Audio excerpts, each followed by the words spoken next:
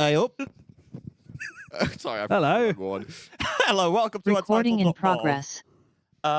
We've got things and stuff to talk about, as well as a You have the wrong camera on. Hello. You've I'm already Jamie. forgotten how to camera up. That has gone well. The meeting is being recorded. Okay. Oh, yeah. Oh Don't my worry about God. Oh, we're talking about what we've done in the past. Can I go back from the top? No, we could talk about what we've done in the past month. This is not the first time that things have gone wrong in the process of this episode, is it? Oh, don't even get me started. Oh, no. Speaking of which, we put out a message. I put out a message a few days ago saying everyone ready for Saturday, excited to. No, you said everyone ready for next episode. You didn't say what day, which is important. Yes. And then you asked what day the episode was. Because I was sat going, I realised I have plans on Saturday. So Jamie says Saturday, right? And this is the point where I realised. I don't think this vision message. Yeah, can we have the slides, please? Oh. Or, Well, would you or like that. I can also Next slide, please. Marks, would you like the vision? leave it there. Leave it there. And Jambo. You can vision it while I'm talking. I can vision it while you were talking. Brilliant. If we're both Wag talking, one. then solid. Right. Oh, Jambo is messing around. Hello. I don't know what Anyway, you're on so- about. I realise at about the point that I say, fuck. As far as I was aware, I was going to dinner tonight with some friends, and I was going to lunch with some other friends, which the lunch with some other friends caused me to cancel plans with the other group of friends, which is a roundabout way. Anyways, some friends were doing some things and then going for dinner. I was going to meet them at dinner, and because of a lunch I was having on Saturday, I cancelled that plan, and then realised now I have an episode of Untitled and a lunch to go to in the middle of the day. Which is why Bossman said you are a spanner. Which is why I was called a spanner by Jamie. And then you explained that, and I told you that the lunch plans you had, which I'm also going to, are not in fact today. They're tomorrow. Yeah, so I was a bit confused because I was like, well, Cameron's going to lunch and must be planned to go to the episode, so we must be able to make it work. Which led to two of my favourite lines of just, what have you done, Kory? Followed by, Muppetry in progress, do not disturb. Which is now in our banner on Blue Sky on YouTube. You are welcome. And then it got worse because Dizzy had forgotten to. Hence why we are without them this afternoon. How tragic. This happens more than you would think. Usually by me. It wasn't me this time. You know, So- I'm usually quite good at putting things in my calendar. This time was not one of those times. So you're starting to get a sense of what it's like for me to be the producer of this thing. You're trying to get a sense of what it's like to know me and my organisation. Now, Speaking of, that wasn't the end of your woes in getting here, was it? right. So, for context for what you're seeing, Cameron, our train here, because we had to get a train from King's Cross to Where we are. was at 10:12. I get to King's Cross. Well, I get to St. Pancras because I got the Thames in St. Pancras at 9:50. So I have 20 minutes to make this train. Cameron, you get there at 10. So you get there 10 minutes after me. So I get from St. Pancras to King's Cross. I get a coffee from the WH Smith, which Other coffee brands are available. other coffee. Well, that wasn't a brand. That was just a shop I went to because it was in King's Cross. Actually, honestly, if other ones are available, do go. The WH Smith in King's Cross. It's so expensive. Are you surprised? Well, it's like the price of like a small can coffee being like exorbitantly expensive. Then it's the train station tax. Then it's King's Cross tax. Anyway, sorry. Enough. So I then decided I'm also hungry because I haven't ate. So I go to Greg's. Other pasty shops are available. I am sat in this queue for Greg's for about 10 minutes. I am at the front, and I'm quite annoyed and visibly in a rush. And my train is in 2 minutes at this point. And I decide I have to go because the guys in front of me have ordered like. It got to the point that the Greg's employee had to pull out a bag and start writing down what this guy had ordered. That's how complicated it was. And I just sort of let out a large huff to let them know I was annoyed and sprinted away. Bear in mind, this queue was going out of the Greg's, out of the seating area. So, it was a long queue. I'd been there a while. So then Jamie put me off there. So then I run to the platform, which, as far as train line said, was platform 10. I was getting on a Great Northern service. there was a Thames link at platform 10. So I looked a bit confused, and someone was sort of like blocking me from getting. Because I got past the ticket barriers, but someone was sort of like holding a barrier halfway across and not really letting me onto the platform. I was like, oh, maybe like a train came in, it's being serviced, and like our train's moved to a different platform or something. And so someone else arrives that's like, oh, I'm getting the train to insert place where we are. And I'm like, oh, so am I. And the barrier assistant was like, oh, well, you know, it could be over there pointing towards platform 1 to 8, which are separate in King's Cross. Or it could be over here. I don't know. You're probably better off over there. At this point, You what? the train leaves With Cameron on it. with Cameron on it. So at this point, when she's like, oh, it could be over there, it could be over here, I say to Cameron, what platform, question mark, question mark, because I don't know if the train's moved at this point. And at the point that the train leaves, I send multiple question marks, because if the train is on a different platform and that one wasn't mine, I need to get there soon, because at this point it's like 14 minutes past. And I just get, boss man, platform 10, are you on this train or not? I should point out, for context, that it is relatively common the Great Northern do just borrow a train from Thameslink. Okay, but I Kory didn't is know new this. to the south. Yeah, Didn't that is know this fair. yet. Why are you called Great Northern when you only serve the south? Well, they go the furthest north of the southern. It's the same problem I have with the Northern line. It's Um, not Northern. Anyway. Stolen Valor. So we made it in the end. Yes, eventually. Cameron had to get off at a different station in order to meet me on the train, on the next train half an hour later. Yeah, I wasn't in a good mood this morning. I eventually then had my coffee, which meant I was like not half asleep and in somewhat a good mood. And the worst thing is, this isn't even the worst transport mishap that you've had since our last show, is it? Or what's next? That's next. Okay. This one, which for those who don't recognize the photo, that is Coach Beard from Ted Lasso, because if you've watched the episode Jamie, I swear to fuck. I just turned and caught the fucking transition. So, what happened to me that night? Rob reminisced the episode Beard After Hours. Can I look at the slide so I can read the messages? may. Because I forgot it. Yeah. So, the pre-story to this, because I explained this to Cameron once, like I saw him. I didn't get much sleep the night before. So I said, right, because I've got about an hour commute to and from work, so I had to get up decently to get to work on time. I said, right, when I finally do get home, I'm going to make dinner, and then I'm getting straight in bed. I am having an easy dinner. I'm getting straight in bed because I need to catch up on sleep. I need a lot of sleep. This was a Thursday at this point. So I leave work. I get on the bus.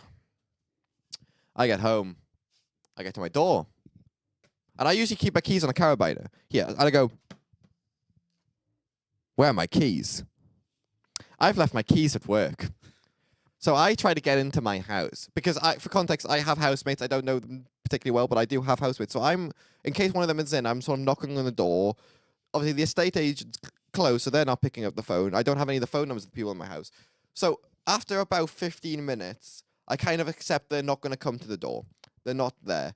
I try to call my boss, who might still be at work. He doesn't pick up, so God knows. Because the other point is my work keys are on my keychain, so I couldn't even get back into work to pick up my keys. So if no one's in the office, I was sodded. So I asked Cameron, could I crash at his in his spare room on the other side of London? Yeah, without doxing either of us, I live quite far away from Kory. Yeah. I think it's safe to say I live in South London, you live in North London. I think that's a fair description. So, but I would have to get across all of London. So he says yes, luckily. So I'm going to go to Cameron's. So I get, I look at Google Maps and it says I need to get one very specific bus from down the road to Herne Hill, which I say in there, don't I? Yeah. Okay, I was just saying I wasn't doxing. Anyways, Herne Hill. And then I need to get on a train to Cameron's, which is fair. Because sometimes there's a direct Thames link from mine to Cameron's, but not for another hour after I decided I was going to Cameron's. So I go away this bus stop.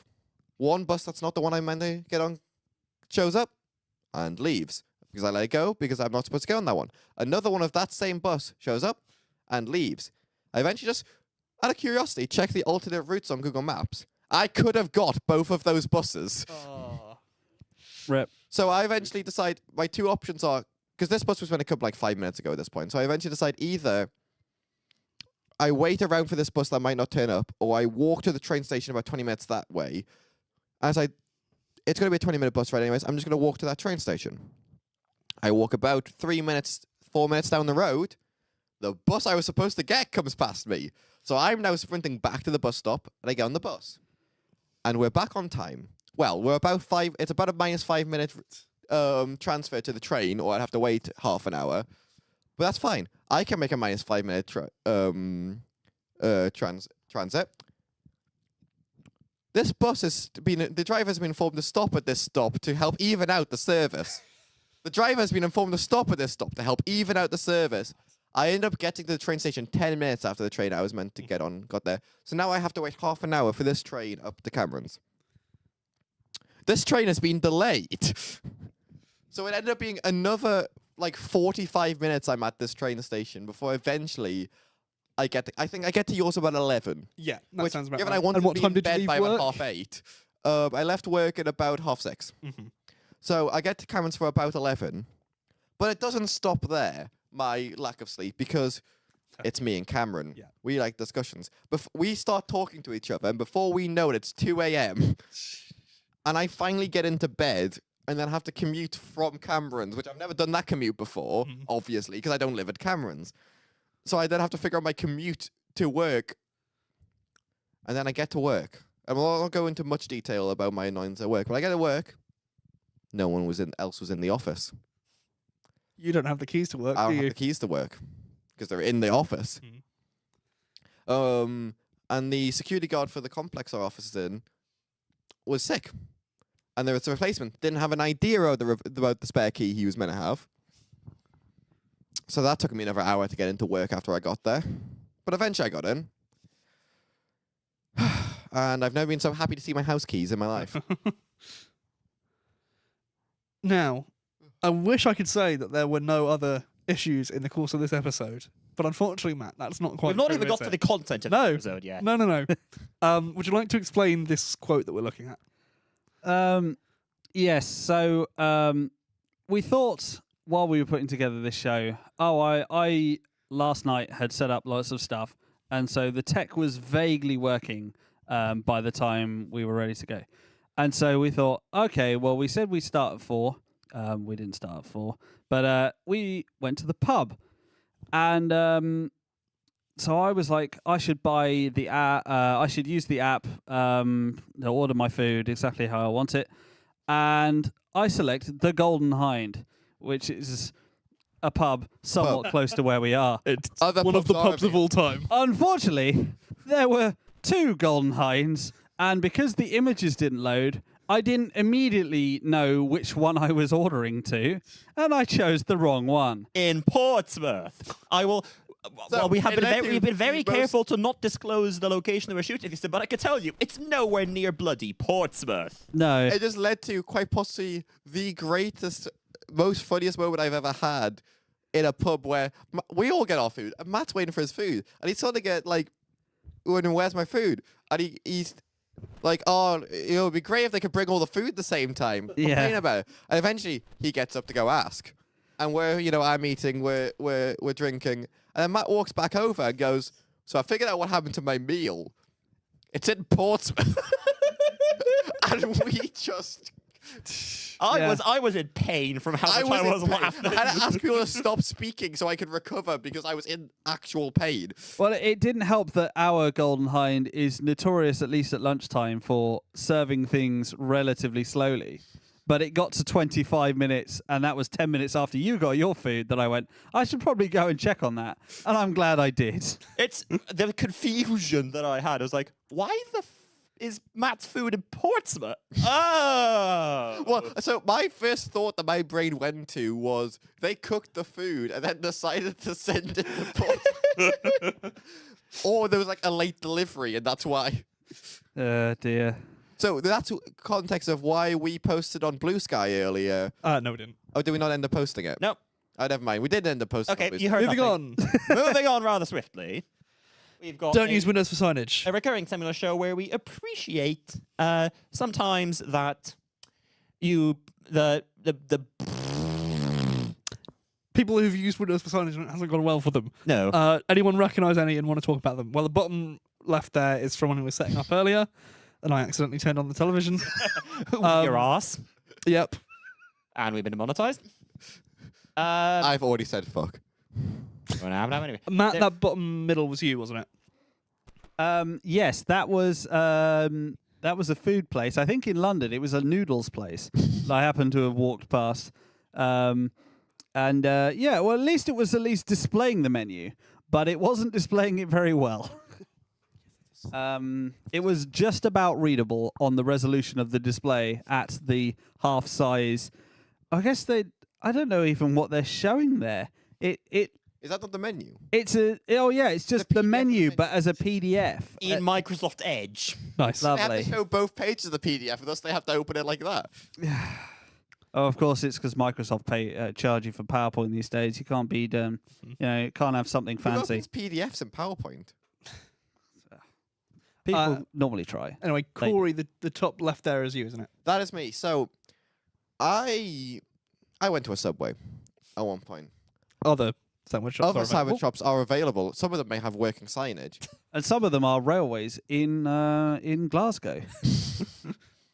Another Glasgow is the one that we went to, not the obvious one. Well, it's called the Subway. Anyway, what was wrong with the signage there? I saw her green hair. Sorry. That's that. No. No. Anyways, so the problem was, do you know, they ask everyone to order on, the touchscreen till things, which is great because it shows up a little screen of all the order numbers that are being prepared and all the order numbers that are ready. And it shows them all on the screen, except for when it shows no internet connection available and a little Lovely. graphic. Because I don't know what's running their signage, but apparently it needs internet connection to view the internal list of what orders are ready. I mean, it's probably in the cloud. PM. Then the one to the right of that is mine. That was at the I fly at the Millennium Dome, You fly? known as the O2, where they were using what I think is a Samsung, but I could be wrong, smart TV for their signage, and it hadn't gone brilliantly. Then to the right of that, we have train. Yeah, I think the rest might be Dizzy and Michael, so they're not here. The rightmost one is definitely theirs. It's just a Sainsbury's self-checkout that has had a bit of a Windows moment. Is that not Grub? Do we not? no, No, 'cause that that's was either window. Windows. No, That's that's a in DOS window. It was Tesco that were using Linux. Sainsbury's used Windows. And our other recurring segment. We can see what's going on right there with the train signage. Oh. What is going on? It's Yes, I see. That's not gone well. Now, I think these are both Dizzy's and they're not here, but we can laugh at them in their absence. What? It's just listing musical instruments. Theatrical Broadway as opposed to whatever type of Broadway. True, but also flute saxophone Wednesday afternoon, and the first result is You'll Be Back from Hamilton, Does which that have matches either flute none or of the a saxophone descriptions. in it? No, nor is it they jazz might- they band, might have school recorded on a ensemble, Wednesday afternoon. instrumental, or orchestral. Well, it certainly was back, because as you can see, it came was back in- on another day. You'll be back to back. Moving on. Moving on. We normally talk about things that we've gone on eBay and bought, but sometimes we don't actually get those things from eBay, so we're now calling that show and tell, as we used to. Oh, I First have of all, something for this. well, you didn't tell me, so you're I'll not getting a bring it in. slide. It only just arrived. Jamie, would you like to tell us about your new phone? Yes. I have a new phone. Would you like to tell us more information about your new phone? Yes, I would. I'm just taking a moment to remember where I put it. It's While you prepared- find it, here's the behind- footage we prepared earlier. The other one. The other one We prepare this show and we Oh, hang are on, prepared hang on. in advance. Right, bear with me. he's got the wrong phone. Jamie, right, My hilarious gag has been ruined. hang on. I can't see the. You can start telling us about it while you do this. Yes. So this phone you're seeing on screen that I can just about make in the 2 pixels. I had an old handset at work that I was playing with, and I realized that, at the end of the day, it's just a microphone and a speaker. All copper's copper. So I converted it to XLR, plugged it into my work PC, and was answering phone calls on a handset through just XLR and 3.5, and it was very funny. I was going to use it on the show, but unfortunately I had to return it. More on what might be possible in the future afterwards. But also, I got a new phone. You also got a new phone. What do you want to tell us about the future of this first? No. Thank you. Great. Spoilers. Fine. What do you want to know, Cameron? Tell me about the future of the handheld thing. Okay. Well, Cameron, just bear with me 1 second.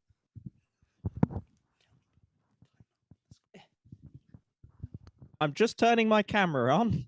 I mean, my camera's already on, as you can see. There's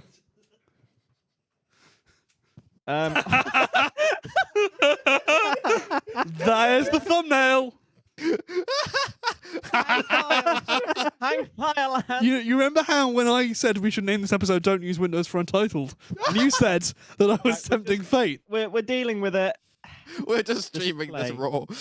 Let's Hello and welcome to camera walkthroughs. external display. Well, To set the time on your camcorder, go to settings. simple. Press the Does that down fix it? until No. you reach clock set. Let's try. No, I don't. I want it off. That should work. Why doesn't that work? Okay, let's try display Art. off. You've added a browser source. Has that fixed it? Oh, God. Okay, right. We're Can turning we the do grid something off. else while we wait for? There you go.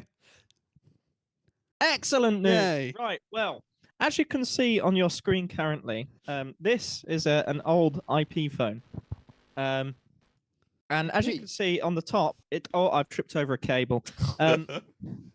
Wow, I really need a lav mic. Hang on, bear with me 1 sec. There we are. While we wait. My microphone is now dangling from my t-shirt. Time for the Jimmy Parker East effect. But as you can see, it's labeled with room living. And what this means we can do is if I do a show and tell here. Hello. Hi. I had my microphone like this, if you wanted to know, by the way. So it's currently coming out my shirt. How about you talk into it and fast? What I can do is I can call our I can call the living room. Except I pressed an incorrect button. Home. Correct me if I'm wrong, Jimmy. Are you not in the living room? Sorry, yes, I am. You're very correct there. So I'm going to press kitchen phone. And Dan has just run through to the other room. Hello? Hello? There you are. I don't know if you can hear that because it's very quiet, but No. no? Yep. Okay, hang on. Dan, I'm putting you on speaker. Say hello. Wagwan. There you are. So I'm just going to end that. Don't need to listen to him. Oh, it hasn't ended. You've got to add that. Oh, he's put me on hold. He's appeared in the episode. Anyway, we have IP phones in our kitchen, living room, and soon to be dining room, so we can call each other. Excellent. That was the gist of this segment. Jamie, thank you so much No. for telling us about your new phone. No, hold now, on, Jamie. Before we end on that, Jamie, can you put one of those phones in the shitter as well? That would be funny. We just don't have a network connection in the shitter yet. Yet. You have a drill and a dream. Run it under the bottom of the door like the rest of them. Speaking of... Jamie, thank you for telling us about your new phone. Now, next up, Jamie, would you like to tell us about your new phone? Yes, I would. First, I'm currently on the wrong side of my entire setup, so Would you like? you might get a...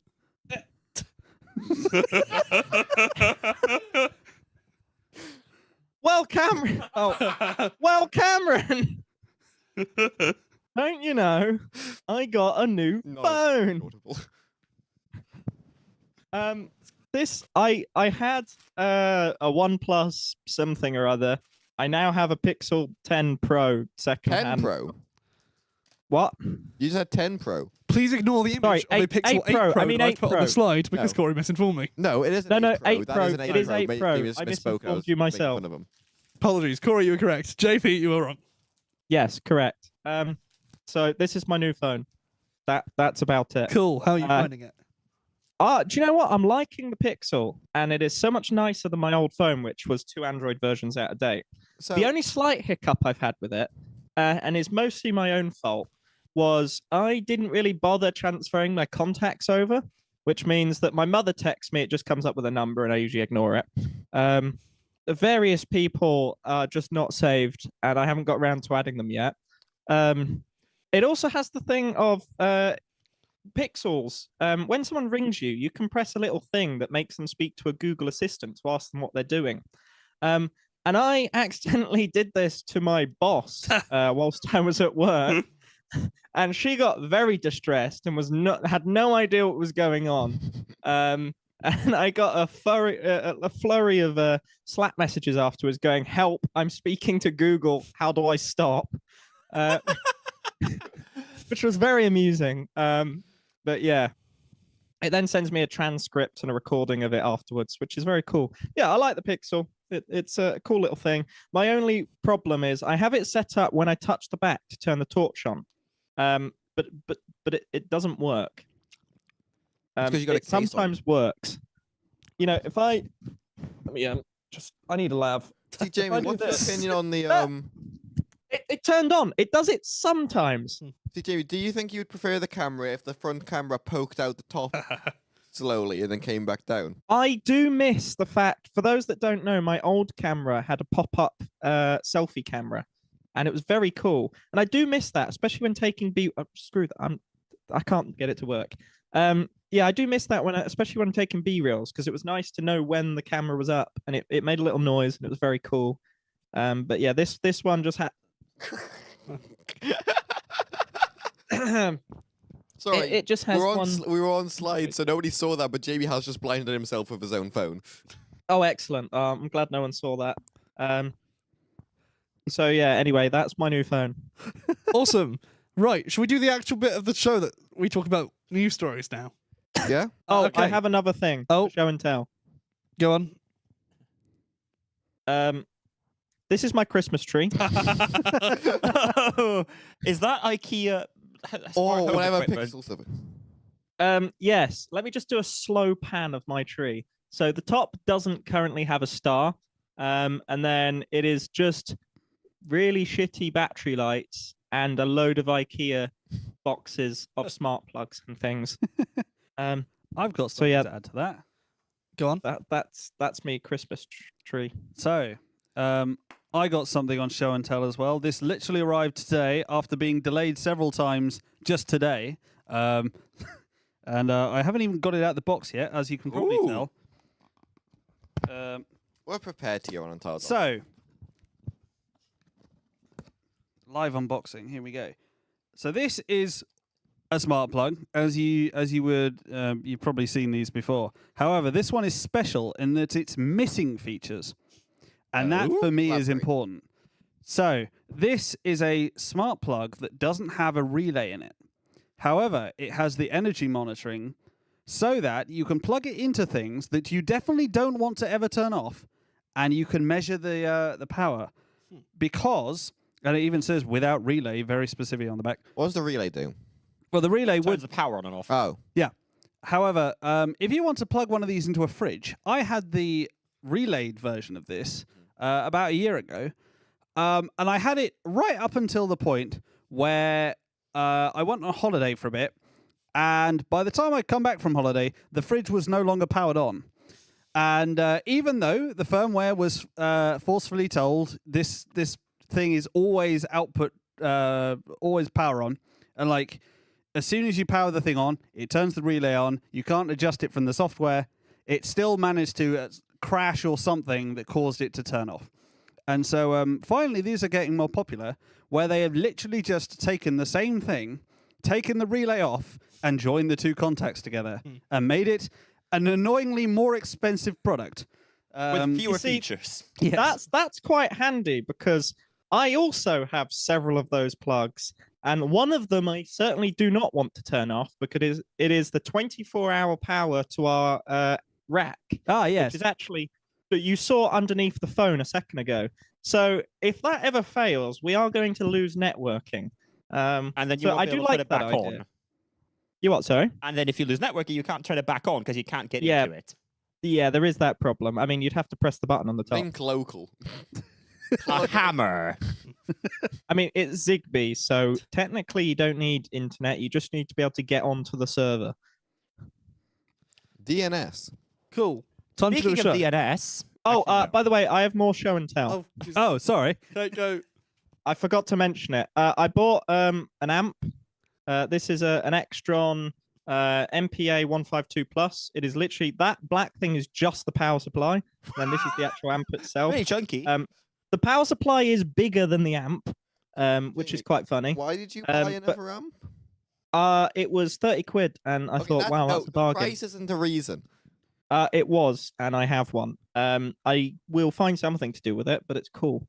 I also have another show and tell, which is similar. I'm not sure this is going to fit in camera, so bear with. Oh dear. Let's pop this here. It's not gone well. Right. Next This time is when it. Your road goes up to him. So this is a speaker. Why? It plays Is it a audio. Fender? Oh no, okay. It is a Liberty speaker. It used to have a radio mic in it, but it doesn't now. It's also mono, despite the fact it can drive another speaker. And I do have the other speaker. I just couldn't be bothered to bring that through How too. do you know it's mono? Because it doesn't have any balancing. Oh. I mean, I plugged. I mean, unless it has some smart stuff that when you plug in another another speaker, Is it starts maybe balancing a them. top and sub thing? I don't think so because they're I both can the same. almost guarantee you that the insides of that are bottom barrel, and it would be like the one that we had at work that had a wireless mic range of some centimeters, depending on how good it was feeling. That's on the if kind you're of facing vibe. it or This has been in a friend's loft for years, and he got rid of it. And I was like, well, that would be funny for barbecues. So that is entirely the reasoning I have it is for a barbecue. But yeah, this I have. It's massive, but I have it now. It's also quite heavy. Is that your So final show and tell? I feel like I did get something else, but I can't remember it. So probably. Hallelujah, right. Well, speaking of something else, Bug report. Okay, so this is a bug that was in the California lottery. Now they had a game where you would get assigned some random numbers for the order in which some horses would come in a race, and then the times they would get. Now, if you bought a ticket from a store at a self-serve machine, then it would always give you the three numbers in ascending order. If you bought a ticket from a petrol station, it would give you any order, and the numbers were being drawn in any order. So if you bought your ticket at a convenience store, you were at a huge disadvantage, because some numbers might come up in the draw that you were literally not capable of getting on your ticket. And someone on Twitter reported this to the California lottery. They went, oh, no, everything's good. It's all fine, thanks. And then a year later, they eventually realised and fixed the issue within 24 hours. that's not ideal. Not ideal. Speaking of things that are not ideal, Yeah, very much so. this was a pretty big story from a few weeks back where so for a little bit of background, some months ago, a flight I believe over Mexico, but I could be wrong on that, had an issue during flight which the emergency airworthiness directive that was issued after this, which is a formal aviation document that essentially says everybody who owns a certain type of plane needs to do something or they cannot fly it anymore, because if they were to fly it in that state, it would not lead to good things. Anyway, this EAD described the situation that led to this whole saga as an Airbus A320 airplane recently experienced an uncommanded and limited pitch down event. The airplane remained engaged throughout the event with a brief and limited loss of altitude, and the rest of the flight was uneventful. Preliminary technical assessment done by Airbus identified a malfunction of the affected ELAC, which is an avionics computer that controls things like pitch control, as a possible contributing factor. This condition, if not corrected, could lead, in the worst-case scenario, to an uncommanded elevator movement that may result in exceeding the aircraft's structural capability. Not words that you want to read in an emergency airworthiness directive, where what was effectively, I believe the conclusion was found that the most likely scenario for this is that the computer in question was zapped with a particularly strong burst of cosmic rays from the sun. Yeah, unexpected pitch down event is not really something you want an aircraft to experience. No, and aircraft, given that they're flying relatively high in atmosphere, are more susceptible than most computers to cosmic rays. So Airbus identified a software issue, and this EAD was issued, which essentially said any airline that owns an Airbus A320 must apply this update within a certain amount of time, or they cannot fly that plane. Now, what's interesting about the story is that when the news broke, this was headline news, basically ever, because the Airbus A320 is a very popular type of aircraft, and many airlines across many countries use them. And so everybody's thinking, how many flights are going to need to be cancelled while they install the software update? And then what I particularly remember is reading the news the next morning, and it wasn't even on the front page of the news. And I went, what happened? Where's this story that was like everywhere yesterday? Oh, they just installed the updates and it was fine. No more cosmic rays. Now, what I think this story is an interesting example of is an example of the safety culture in aviation working as intended, because a single flight had an issue that could have been serious, but fortunately turned out to not be serious. The manufacturer and airline concerned did a thorough investigation, identified a potential defect, and then the global aviation community immediately took action to prevent that from being an issue on any other flight that could potentially be in the same circumstances. So whenever I talk to people who are nervous flyers, I say this, that aviation has one of the strongest safety records of any industry because things like this get taken extremely seriously and remediated very quickly. That's all very well, but I still don't like going fast or high, so I'm still a nervous flyer. Well, it is exceedingly unlikely for you to crash. That's all well and good, but I'm still not a fan of the feeling. Well, that does just sound like a skill issue there. I'm hooked on the feeling. Also, I was on a 737 MAX, so you know that not crashing thing is still. Other planes are available. Moving on. Yes, this was. Once in a while, you have a security vulnerability disclosed that hits the entire tech industry's headlines because of its seriousness. Now, for those who aren't aware, in the security space, there's a concept of CVEs, which is a unique number that is given to a security vulnerability identified in a piece of software. What does it stand for? Common vulnerabilities and exposures. There we go. And each CVE has a CVSS score, which is a What's that stand for? common vulnerability severity score, I believe. Thank you. Which is a score out of 10 for roughly how severe a vulnerability is. Now, I should probably state that quantifying how severe a vulnerability is in any kind of meaningful way is basically impossible because it depends on the context that the software is used. And a piece of software that is used in one context where you could do basically nothing with it, having the same vulnerability could be catastrophic in a different context. Having said that, when a vulnerability is rated 10 out of 10, people's ears perk up and pay attention. Because this was a vulnerability in a JavaScript library called React, which is used in many, many websites. I can guarantee you, watching this right now, that today you have visited several websites that were built using React. In fact, are they on one right now? Good question. They might be. Yeah. You might be. You might be using a website with React right now. You might be on one right now. Now, and understandably, everyone sort of panicked because the vulnerability was described as unauthenticated remote code execution, which is security speak for somebody could do whatever they wanted on your server, which is sort of one of the worst possible vulnerabilities because it is anyone in the world could make your server do whatever they want. They could leak all your sensitive information. They could crash it. They could install some malware that then sits there for months and then is triggered later, making it basically impossible to find. It's the sort of thing that you want to fix right away.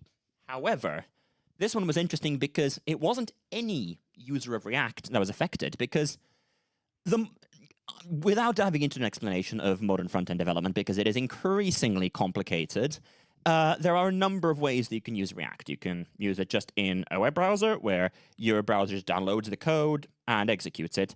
This was not vulnerable to this vulnerability. Then you could also run that same code on the server to essentially pre-generate the page and then send it to the browser.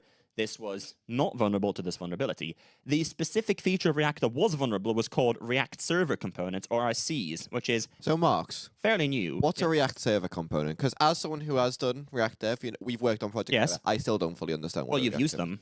I know I have. I still don't fully understand what they are. It is.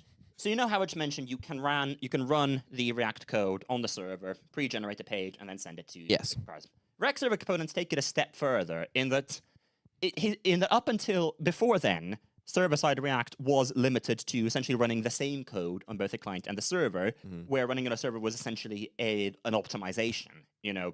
It saves the browser from having to do the work of the very first render because the server could do it itself. React Server Components let you generate chunks of the page on the server that never leave, that are essentially sent pre-generated and can refer to server-side things like a database or files on disk, Right. or make other network requests. And then that code for generating those bits of the page never comes to the server, to the client. By the time it comes to the client, it's already pre-rendered. Right. And then the client can, of course, go to other pages in the site and then request that the server generate other React Server components and then send the generated code over to the client. It's code that never, ever runs on the client. From the client's perspective, it's just bits of the page. I regret to inform you, your camera battery has run out. Well, that is the disappointment. I am going to go and change a camera battery. How long is this XLR cable? What's that? How long is this XLR cable? Not that long. It's 3 meters. I mean, I see. I'm currently getting an Elgato no signal. Yeah, we're screen. working on it. Yeah. Okay. Shall we fix that after when you're not talking? Yes, so Where are your camera batteries? camera I'll go just do it. next to the camera Here we back. go. You're not on camera. I'm on camera. I'll do it. Your vision mixing. You were just asking it. No, left. That one. Down. Right. Down. It's the orange Down, one. Left. No. Left. That. The charger. No. That's the Mawams. No. That. Yes. That's a camera battery. Keep. Welcome to Keep Talking and No One Runs Out of Battery. Now, at the bottom of the camera, to the right of the base plate, there, bottom, look up. Yes, up. There is a flap which holds the battery. I've got a- Oh my on the door of God. the flap is a lever that you turn by about 45 degrees. No, down. Look up. I've got a red Yes, button you are that says currently pointing push. at it. I've got 4 symbols in a grid. Shut up. Now, down, you will look at the camera from underneath. Yes, that is the... yes, there is... Oh, yes, there is a clip that you will need to... It might not be blocked by it. It might just be that you have to push in the clip that actually releases the battery. Do you remember when I said we see would the issue. wait till you were finished doing a segment and you were going to do it? Well, you're just going to cut this out in the edit anyway. Don't We're worry. live, Matt. Okay. Nobody yes, watches do the that. long form. Now, turn... Yep, okay, fine. Can I? Release the thing, put in the thing. We're under time pressure today as well. Oh, Dear me. dear, dear. This is story number. Put the lever that 3. releases the thing, and then put it in. Excellent. Yes, Well, it's the nearly viewers there. can tell. I don't know. I'm not the one by the tripod. No, I can tell you it. You have to pull the lever again to get And it then to go. it only goes in one way. So you do either that or that. I'm going to call it already. No, I think no. this is the most old Untitled, new Untitled we've done. No, not even slightly. What am I watching? You're Oh watching my Kory God. put a camera. Now there's Oh, two I of can see the invision. I can see the monitors you're looking at. Can I just point out, one of the 4 of us knows how to do this easily, and they've not got that. One of the It's 2 the only is not person gone. who's not getting stand up. up until I'd finished the segment. Oh my god, that applied to when you were told talking me about. that. I think you Well, should I carry didn't on with the realise segment. they were going to, and then we were going to spend 5 minutes fixing a camera. No, it's not going to screw loose. You've just done it wrong. There we go. Okay, Marks, continue talking about this critical security I vulnerability, wanted to please. take this opportunity Matthew's ass is not in to front of my face. put this back in shot because it's cool. There we go. It's now in shot. Go. Oh, that's something I bought on eBay. Too late. And past we've it now. lost it up. There we go. So, Where did I get to? You'll have Wow. to take it from the top. I was explaining rack server Oh, I components. should probably put this on the charger. Anyway, yes. It's below you. Untitled Panto. Oh, Cameron. So React server components. Yes. Tell me all about them. I was. Okay, continue. Essentially, it was only this third case of you using React with full-fledged server components that was vulnerable to this. Now, this wasn't... Now, the React team did a commendable job of trying to explain this in advisory, but the modern frontend world is very complicated, and folks who work in application security don't often understand it through no fault of their own. But yes, we fixed that. Yes, that was what you were fixing, No, I was fixing the camera. That was the which camera. was feeding. The camera was live until it wasn't. Anyway, But why would that camera running in a back? Because that Anyway. was the camera that was being fed to the Zoom. Why would that change the volume? Oh, Volume? No, I I fixed pointed out that Mark ages is ago. part of the We fixed Kory. that. Yes, thank you. Okay, that's why I was pointing at that one. oh my god. anyway, yes. You're trying to make me quit on air. Cameron, welcome to Untitled.mov. Here at Untitled.mov, we really like Jetlag the game. Shall we just stop and try again next week? Let's keep going. Anyway, so yeah, that spurred a couple days of panic and fixing it. Now, what tends to happen when one of these is disclosed is that people go, ooh, I'm going to have a poke about at this, and find some other vulnerabilities which were released earlier this week. Thankfully, none of them were nearly as severe as the original. I think the highest was a 7.5 denial of service, which is the technical term for make the CPU spin infinitely. So yeah, not a good couple of weeks in the React community for security, but having said that, just as I was talking about with the planes a second ago, this is another excellent example of the system working as intended. I believe that within 3 days of the advisory being privately reported to the React developers, a fix had been put together, and even before any details of the exploit were made public, the React team had coordinated with popular hosting providers for React apps to put in mitigations so that people using them were protected from the issue before it was disclosed publicly, essentially buying them a little bit more time to do the upgrade and not be immediately exploited. So yeah, system working as intended. Speaking of systems not necessarily working as intended, the news. Yes. Our first story tonight. Now, there's been a lot of discussion, obviously, about the impact that short-form video and screen time in general is having on young people. So if you're watching this on TikTok right now, stop. Get up, go eat camera. something, go sleep. Go sleep. Stop watching TikTok. Stop. Finish watching this one. Yeah, then go. Then go to the profile here and watch the rest of them. And then go to And sleep. then stop. But anyway, Like them all and share them to your friends and then stop. TikTok Like, had a comment, page subscribe. aimed at kids, but for everyone, with screen time controls and limits and that sort of thing. And now they're trying to argue, in the face of an increasing amount of legislation in this area, that instead they should scrap all that and add a little area with some breathing exercises and some sounds that you can listen to and an affirmation journal, and that they think this is the way to combat short form video and phone addiction. I'm tired, Cameron. Me too. Yeah, that's about it. Matt. In slightly more uplifting news, Oh, yes. So this was a fun one I saw recently. It's a kind of a trial, but I guess the company is, trying to make it into a proper business. But essentially, there is a company who is building these huge cubes, the size of like a chest freezer kind of thing in your garage.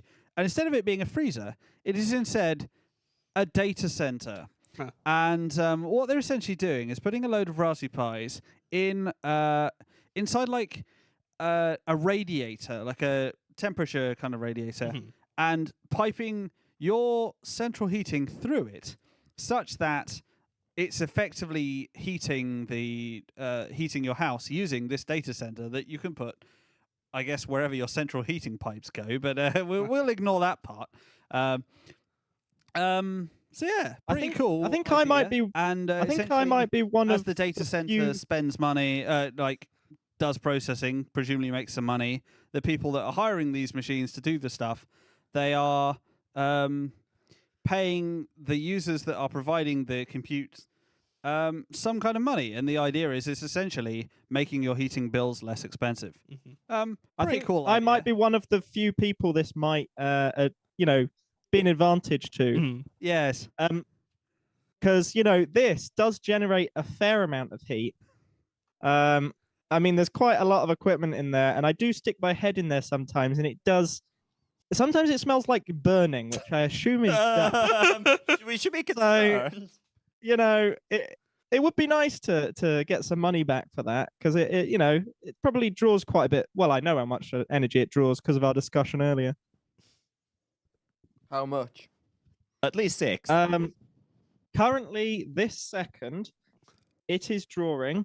I had this segment ready. Don't worry about it. Everything is pre-planned here at Untitled. I'm currently on the wrong internet.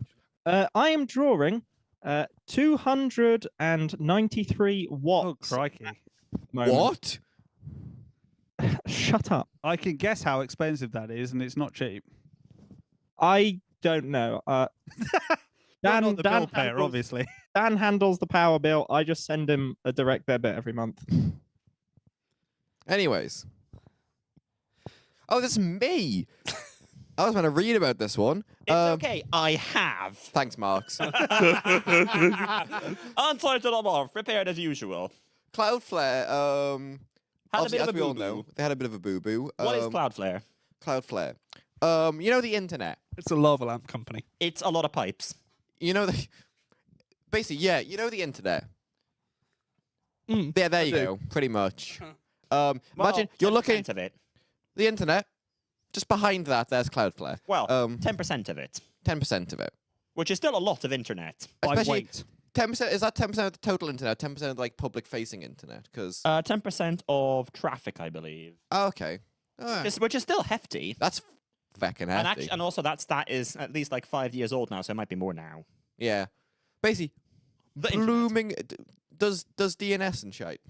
Essentially, Cloudflare sits in front of websites and does things like caching, DDoS protection. You can do you can like run bits of code at the edge, as it's called, to like run them on servers closer to the users than the people actually using them for more speed, basically. Raise your hand if you use Cloudflare.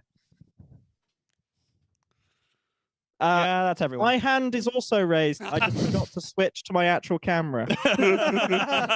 That's not gone No, well. it's also raised. My personal websites use Cloudflare, as I'm sure several of yours do. So this kind of gives you an idea of how big of an effect it has. Yes, the free version of their WAF, the firewall and DDoS protection is very handy, and also if you do it properly, hides where your website is actually coming from, and hopefully, therefore, indeed reduces the DDoSability of your tiny VM running your website. So that's what it is. Why did it break? Unfortunately, when you have a service that is popular, an outage for it has quite a big effect, doesn't it, Kory? Yeah. So, on the 18th No, of not really. November 2025, they had a bit of a boo-boo where many popular websites just showed an error. And what they eventually tracked down the cause to is that it coincided with them doing an upgrade to a database system, which powered some of the features of Cloudflare, but certainly not all of the features of Cloudflare. But in my best attempt to summarize an actually rather complex issue, they were doing a set of upgrades to a database which ran over multiple nodes, and depending on which nodes had been upgraded or not, a certain query that ran every 5 minutes would generate either good or bad data. And by bad, I mean more data than the system that data was destined for was ever expecting to handle, and so it would crash. Now, this data happened to be things like bot detection features, which were intentionally designed to be rolled out to the Cloudflare's global network faster than most software updates, which would go through a rather long, a intentionally slow cycle of testing on some test systems, then on a couple customers, and then more and more until they eventually roll out to the wider network, so that precisely issues like this could be caught before they take down the whole network, because the moment that you roll out the change and start seeing errors, then you can just stop rolling out that change until you figure out what went wrong. That's a great system, and it's been used to great effect. The particular data that caused this issue did not use it. It just went straight to the global network within, I believe, a couple of minutes. And if that data happened to be bad, then every single bot detection instance across all of Cloudflare's global network would just crash. Right. Rip. So I had the fun quickly. I'm reading when I was doing my research here. I was reading the Register's article on this, and they mentioned at the top, Cloudflare CEO Matthew Prince has admitted blah blah blah. Then for the rest of the article, they just refer to him as Prince, which when I was first doing glances through it, thought they meant the artist formerly known as, and got rather confused. Anyways, carry on. Yes, so that was not ideal. Not and ideal. You know what's also not ideal? What? They did it again. Well, about a couple of weeks after that, Cloudflare had another outage. Now, this one somewhat smaller in scope, and this one, interestingly enough, happened not as a direct result, but as an indirect result of them applying protections for the React security issue we mentioned just a few minutes ago. Because in the course of them applying it, they had to raise some memory usage limits in some of their internal security tooling software, and that triggered some errors in an unrelated bit of software, which they initially saw in just a test environment, and turned it off and proceeded to roll it out. It's a little bit more complicated than I am, again, oversimplifying a very complicated situation, but yep, that eventually ended up with many requests that made it to Cloudflare immediately having errors. In fact, I believe that it's because that they turned off some of their testing-only rules that then had downstream effect on some of the production rules, which caused the whole rules evaluation system to crash. So, another rather complicated one. I will say that for technically minded folks, the blog post on Cloudflare's website is very transparent about what went wrong, and it's an interesting read if you're interested in this sort of thing. Yeah, they're normally quite good at that. The blog in general is quite in-depth in them trying to tell you what they do without giving you all the trade secrets. Particularly for when it goes wrong, they're very honest about how it went wrong. And how it's definitely not going to happen ever again until it happens next time. And to be inclusive, for those that aren't technically minded, a fun fact about this event is that Down Detector runs using Cloudflare. So if you wanted to check the status of Cloudflare on Down Detector, then it would have done a very good job. Yeah, it was quite funny because I know at my workplace, when we were affected by Cloudflare, a lot of our colleagues all immediately flooded to Down Detector to check this. And then there was a load of screenshots of Down Detector being down, which just cracked me up during the day. Speaking of things that cracked us up, can we open a window? This didn't crack Can we me up. crack open a window? It's getting quite hot. Ooh. Matthew Stratford, everybody. He's here all night. playing the hits. I could see myself becoming more pink on the multi-view and realize I should probably do something about that. So I'll be brief with this one because it's funny, but it's also depressing. X rolled out a feature. Formerly known as Twitter. Formerly known as Twitter. The artist formerly known as Twitter. Rolled out a feature recently. That would display the location of a user like when you looked at someone's account, you could see the location of their account. This caused a lot of issues in US politics, as a lot of sort of big, loud, mostly far right-wing MAGA accounts had their locations displayed as places such as Nigeria, India, and other places that are not the United States. Other scrutiny came up when multiple screenshots were posted of the US Department of Homeland Security's account displaying its location as Tel Aviv, Israel, where they had a statement out saying this account has only ever been ran from the United States after that incident. No. Yeah, I believe X have now recalled this feature. I wonder why. I wonder why. It's a similar thing that used to happen with like sponsored adverts for posts on like Instagram and Twitter, where they go like, "Oh, look at my new Samsung phone," posted from iPhone. It was like fantastic. Send for my iPhone. So many people got caught out by that. It's quite funny. I suspect that what they've done is they've turned that off for brand accounts. Probably, yeah. Which it does feel like a weird thing because obviously it's using phone location data. It feels like a weird thing to put on an account that will be used by multiple people. It's probably just they haven't thought about it. Yeah, that checks out. Yeah. For X, Twitter, Twex. Speaking of things that have been thought about more than you might think. So we've talked a bit on this show about the Online Safety Act in the UK, which, among the many other things that it does, had the effect of introducing restrictions for underage people on accessing certain types of content, essentially requiring them to verify their age before they would be allowed to access those contents on the sort of presumption that they are underage. Now, a law that's been said to be similar to the Online Safety Act, but actually isn't that similar, has recently, just this week, come into force in Australia, where they have completely forbidden the use of social media services for anyone under the age of 16. Now, the specific platforms that have and have not been ruled as in scope of this are interesting to look at. So, banned are Facebook, Instagram, Snapchat, Threads for the 7 people under 16 who use it, TikTok, X, the social media site formerly known as Twitter, YouTube, Reddit, and Twitch. Now, not on the naughty list are YouTube Kids, the kids version of YouTube, Google Classroom, as well as messaging apps like WhatsApp. The specific definition of a social media and a platform in the Australian law is an electronic service where the sole or significant purpose is to enable online social interaction between 2 or more end users.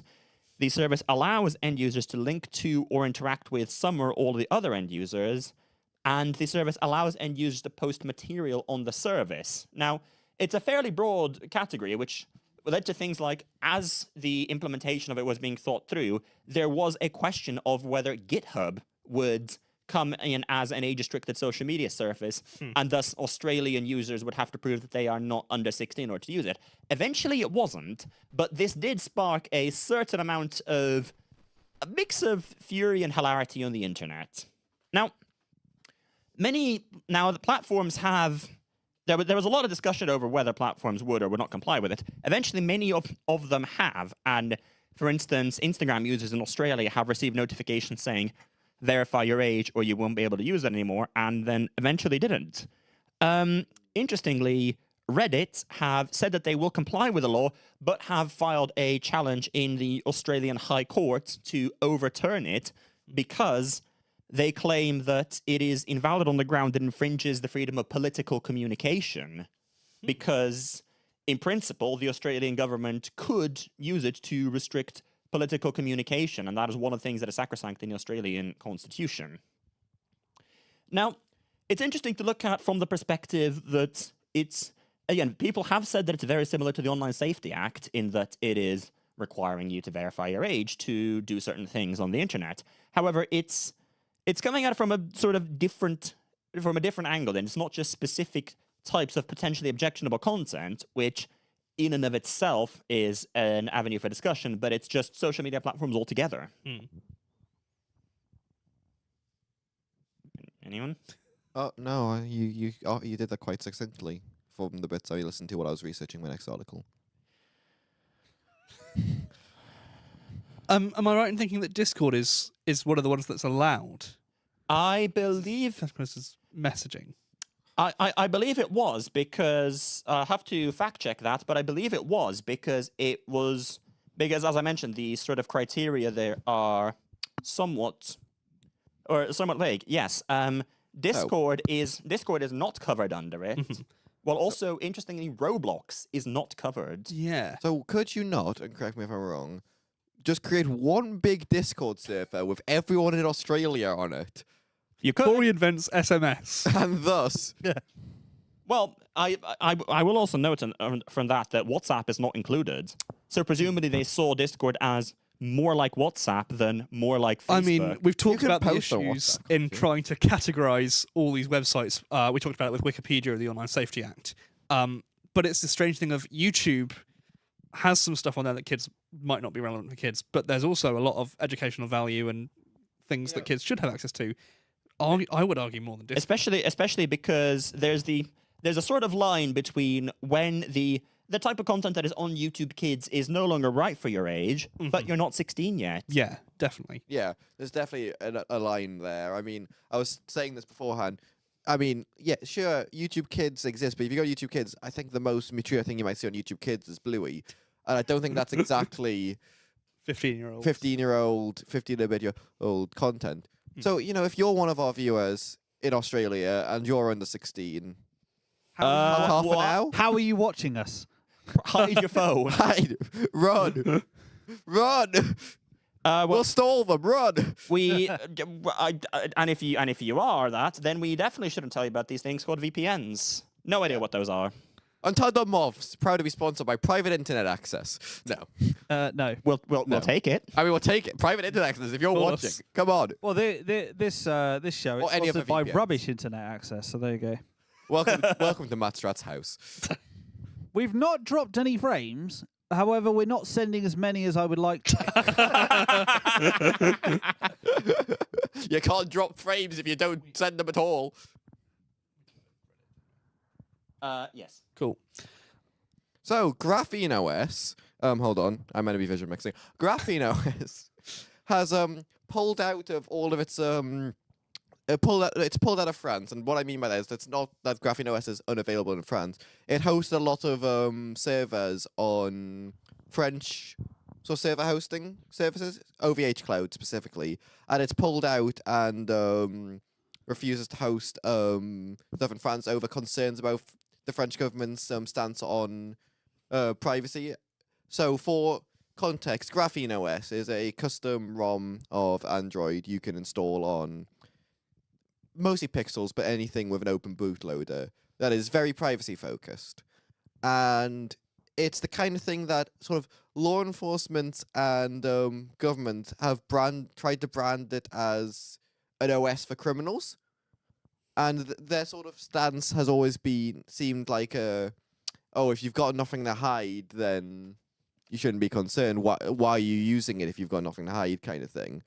And but basically, yeah, so they've ended up pulling out because France is support. I needed to look into the wider scenario for this, but basically, I believe there's currently a bill trying to go through EU Parliament about encryption backdoors into messaging apps.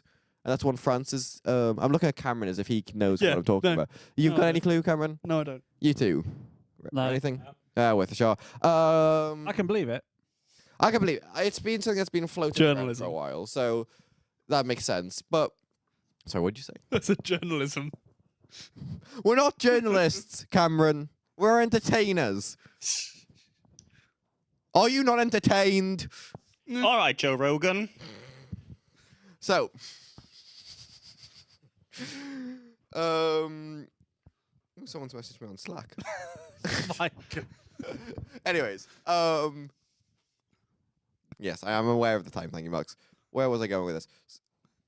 So they've pulled out over those privacy concerns, and this seems to be the kind of thing that's echoed a lot through. Yeah, go ahead. Europe, because there's been reports in Spain actually that police in Spain have started profiling Pixel users as more potentially criminals, because Pixels are very easy to install GrapheneOS on, and thus they are profiling GrapheneOS users as criminals. And I believe there were statements, I can't remember if this is in relation to the France thing or in relation to the Spain thing, but I remember hearing like sort of statements from people who had been close to people in law enforcement where they had claimed that like GrapheneOS is distributed in back alleys on phones, and that's how you get it. It's used for like dark web drug selling, all of which is untrue. Well, I mean, you might find someone in a back alley selling you a phone with GrapheneOS. I can't confirm or deny that. I've not checked all the back alleys. There might be one.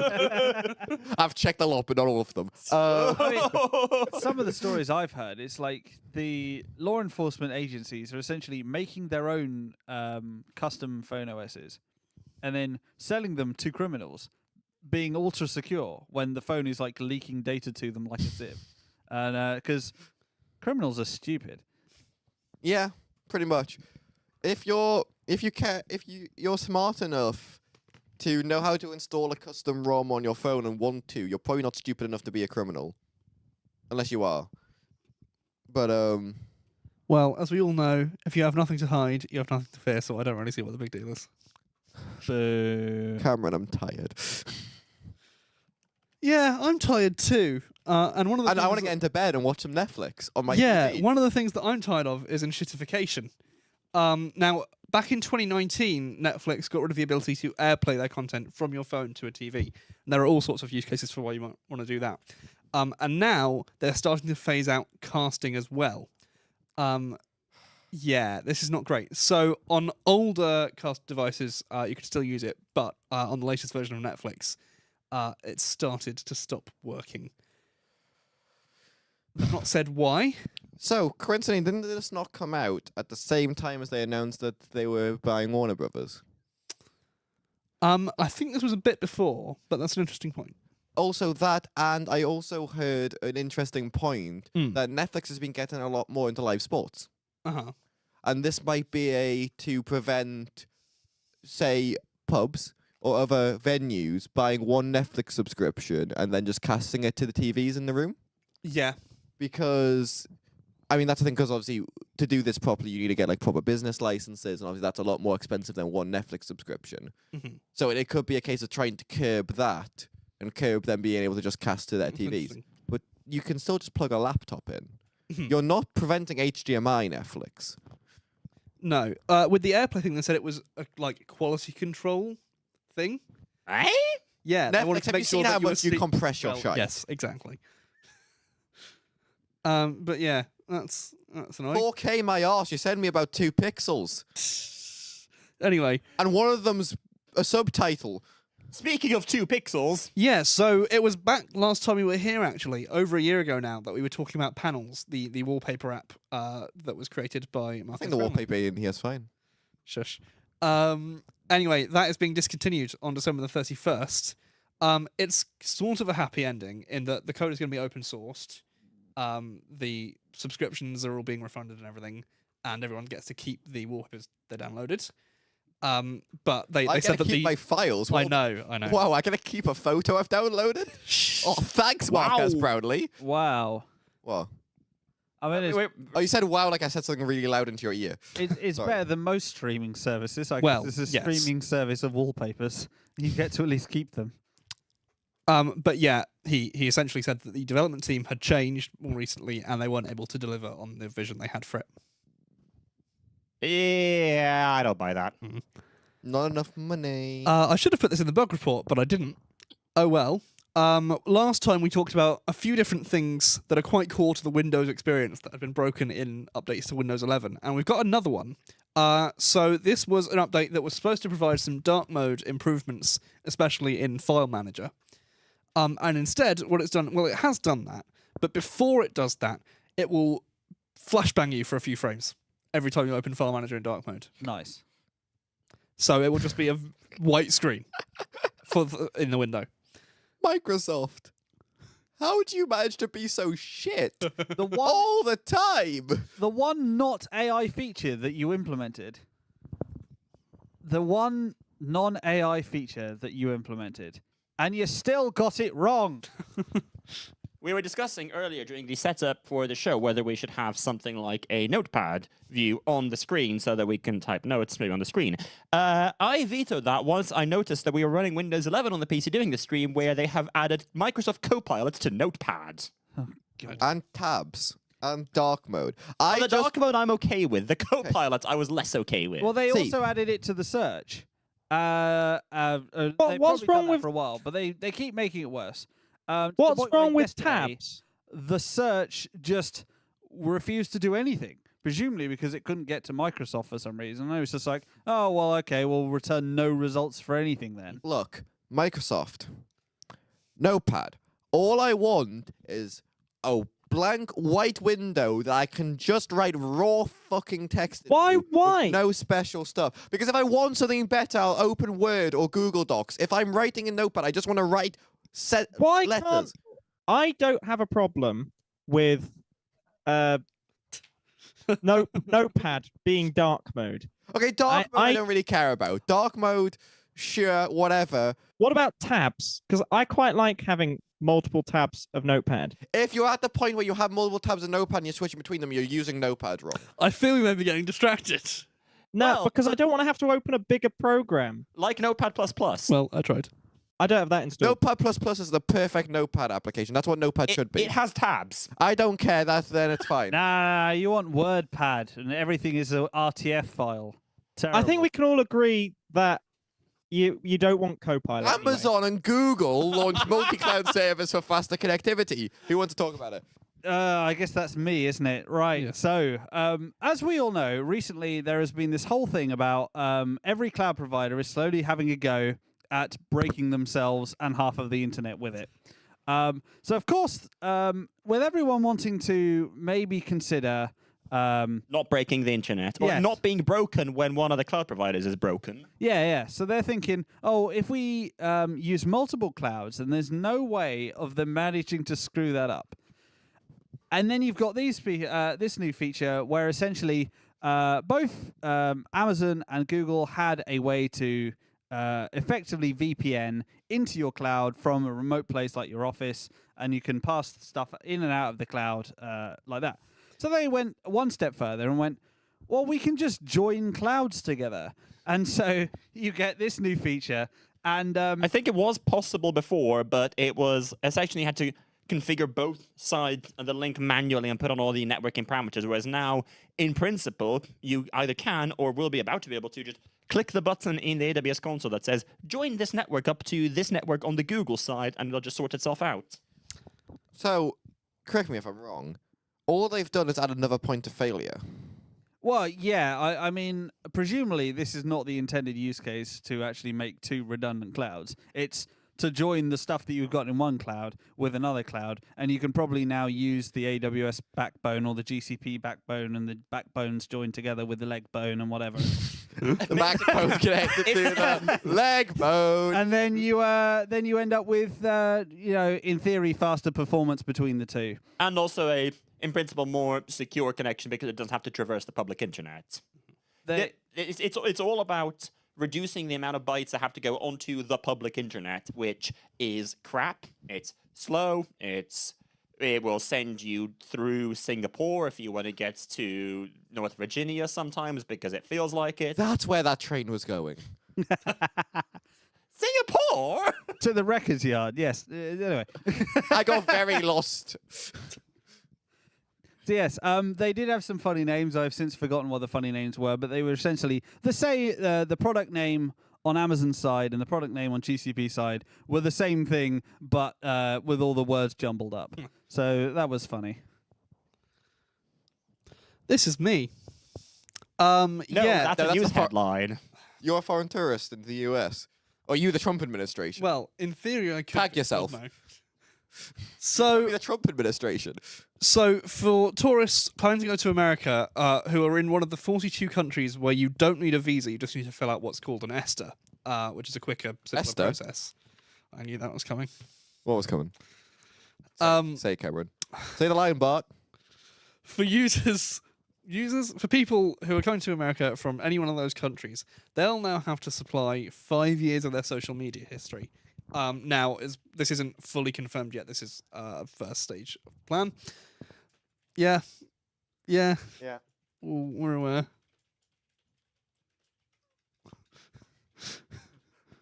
Please wait. Stage notices are being applied to. Can we cut to the? Yes, we may need some more vision mixing to happen. There we That's go. what Mark was just typing. Anyway, yeah. How do we feel about this? Because I feel deeply uncomfortable with it. Look, if they can find my social media, look, the No, amount you of would have accounts- to tell them what your handles are, Oh well, there's and plenty. they would have to be public in order to get into the US. Oh well, any pictures of like baby JD Vance that I've posted, I can just private before going to the US and then public them again when I. God, Until when we- they ask you for your password. Yeah, this is And then why. you say no, and then they say, okay, well, you're not coming into the country. I mean, I guess I'm not going to the US. Wasn't planning on it anyway. Yeah. Go to Canada. Next, this is very fun. So we've talked at great length in the past about the site that is now known as X, was previously known as Twitter, and particularly that rebrand and how goddamn stupid it was. So there's this legal concept called abandonment, where you could we're talking about like intellectual property here. If they stop using the name Twitter and the Bluebird logo, shut up. They've stopped using those trademarks, right? And they're not showing any sign or intention of using them in the future. This transition is complete. So there's this kind of legal procedure where those could be released for someone else. And there's a group called Operation Bluebird who want to do exactly that. Want the trademark to be released so that they can set up a new site and call it Twitter. In other words, they want to make Twitter again. Well, yeah, they've registered a site called twitter.new, and they've opened up a portal where you can claim your username. They claim to have a working prototype. Now, given the other alternatives haven't really managed to become a Twitter replacement, do we think this one can? Do we think it's the brand that will make the difference? Or does it just make it? I think the kind ship of has sailed, I murkier? think. I think so. I'm sad to say. Yeah. I think I will say that I looked at the reserve your handle form, which is more like a register your interest in the service Yeah. form, and I was trying to figure out, okay, what are you trying to achieve with this? Is sort of the question that I had in my head when I was looking at it. It's like, what are you going to do with all these handles? Bear in mind that they noted that it's not necessary. They can guarantee that your handle would be available. In other words, they weren't like actively marking them off in a database. It was just a list of people who may or may not be interested in this. I think that bringing back Twitter as Twitter may just end up being more confusing because of all the old links and people that say find this on Twitter here. So I'm interested to see how it pans out, but I'm skeptical. Yeah. It feels like people are just tired. So I certainly am. Like, Tired, Cameron. yeah, Right. some people have gone to like Mastodon. Some people have gone to Threads. Some people have gone to Blue Sky.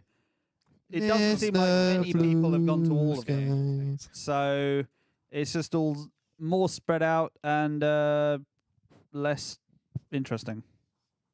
Yeah, Anyway. pretty much. Oh.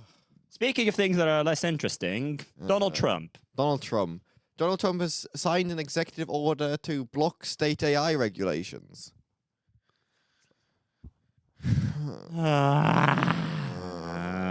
Not this shit again. I think that could. I think that's a perfect summary of this. Yeah, let's go. Okay. Me. Gaming. Games. Gaming. Epic has announced a partnership to bring Unity games into Fortnite. Hold on. I don't know. What? Yeah, I was gonna say. What does this mean?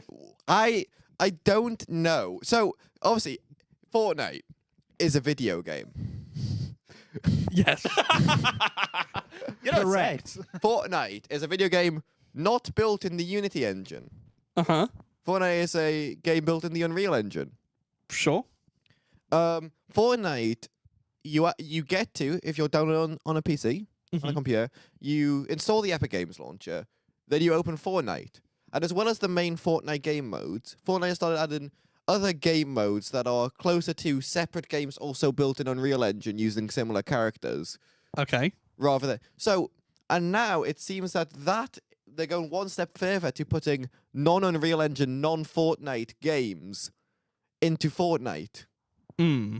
So basically, you must now, if you want to access some of these Unity games, install Epic Games Launcher to then install Fortnite to then then install this game and play it. That's really stupid.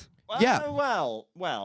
What's Is it? interesting is that one of these stories when it specifically calls out Roblox as an example where this sort of thing tends to happen, and that Roblox is less of a game and more of a platform for other games. all of that's those what it games always are built was. in Roblox. Now, what? Yeah. Now, they're not necessarily saying that Fortnite will launch another executable. That's not what they've said.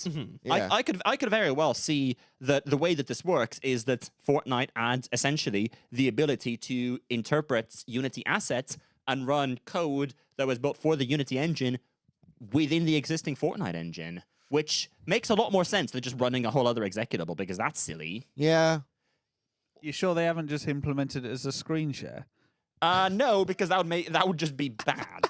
However, I would just like to read a quote from Epic Games CEO Tim Sweeney when just like the early days of the web, we believe the companies need to work together in order to build the open metaverse in a way that's interoperable and fair. They said the words. They said the word, the metaverse. On. Are you tired? I'm tired, Cameron. That might be the episode title of this, right? I'm tired, Cameron. Well, I'm loving all the Unity on display there. But next up, The developer for Rust. This isn't. We just want to help you. there we go. I got my Pluribus reference in. Go watch Pluribus. It's very good. So, all right. Rust, Rust developer. This is not a developer who writes in the language Rust. This is the game Rust. This is the Which developer does not for the cause game. any Rust. confusion ever. Never. Has stated that they have no plans for Linux or Proton support, and says the games that support them are not serious about anti-cheat. Now, here's the thing. I used to like Face Punch. I did. I used to like. Face Punch. Here's the thing, though. He's not wrong. No, but he is the Go on. problem. Because Valve for a long time has had a runtime for integrating easy anti-cheat with Linux.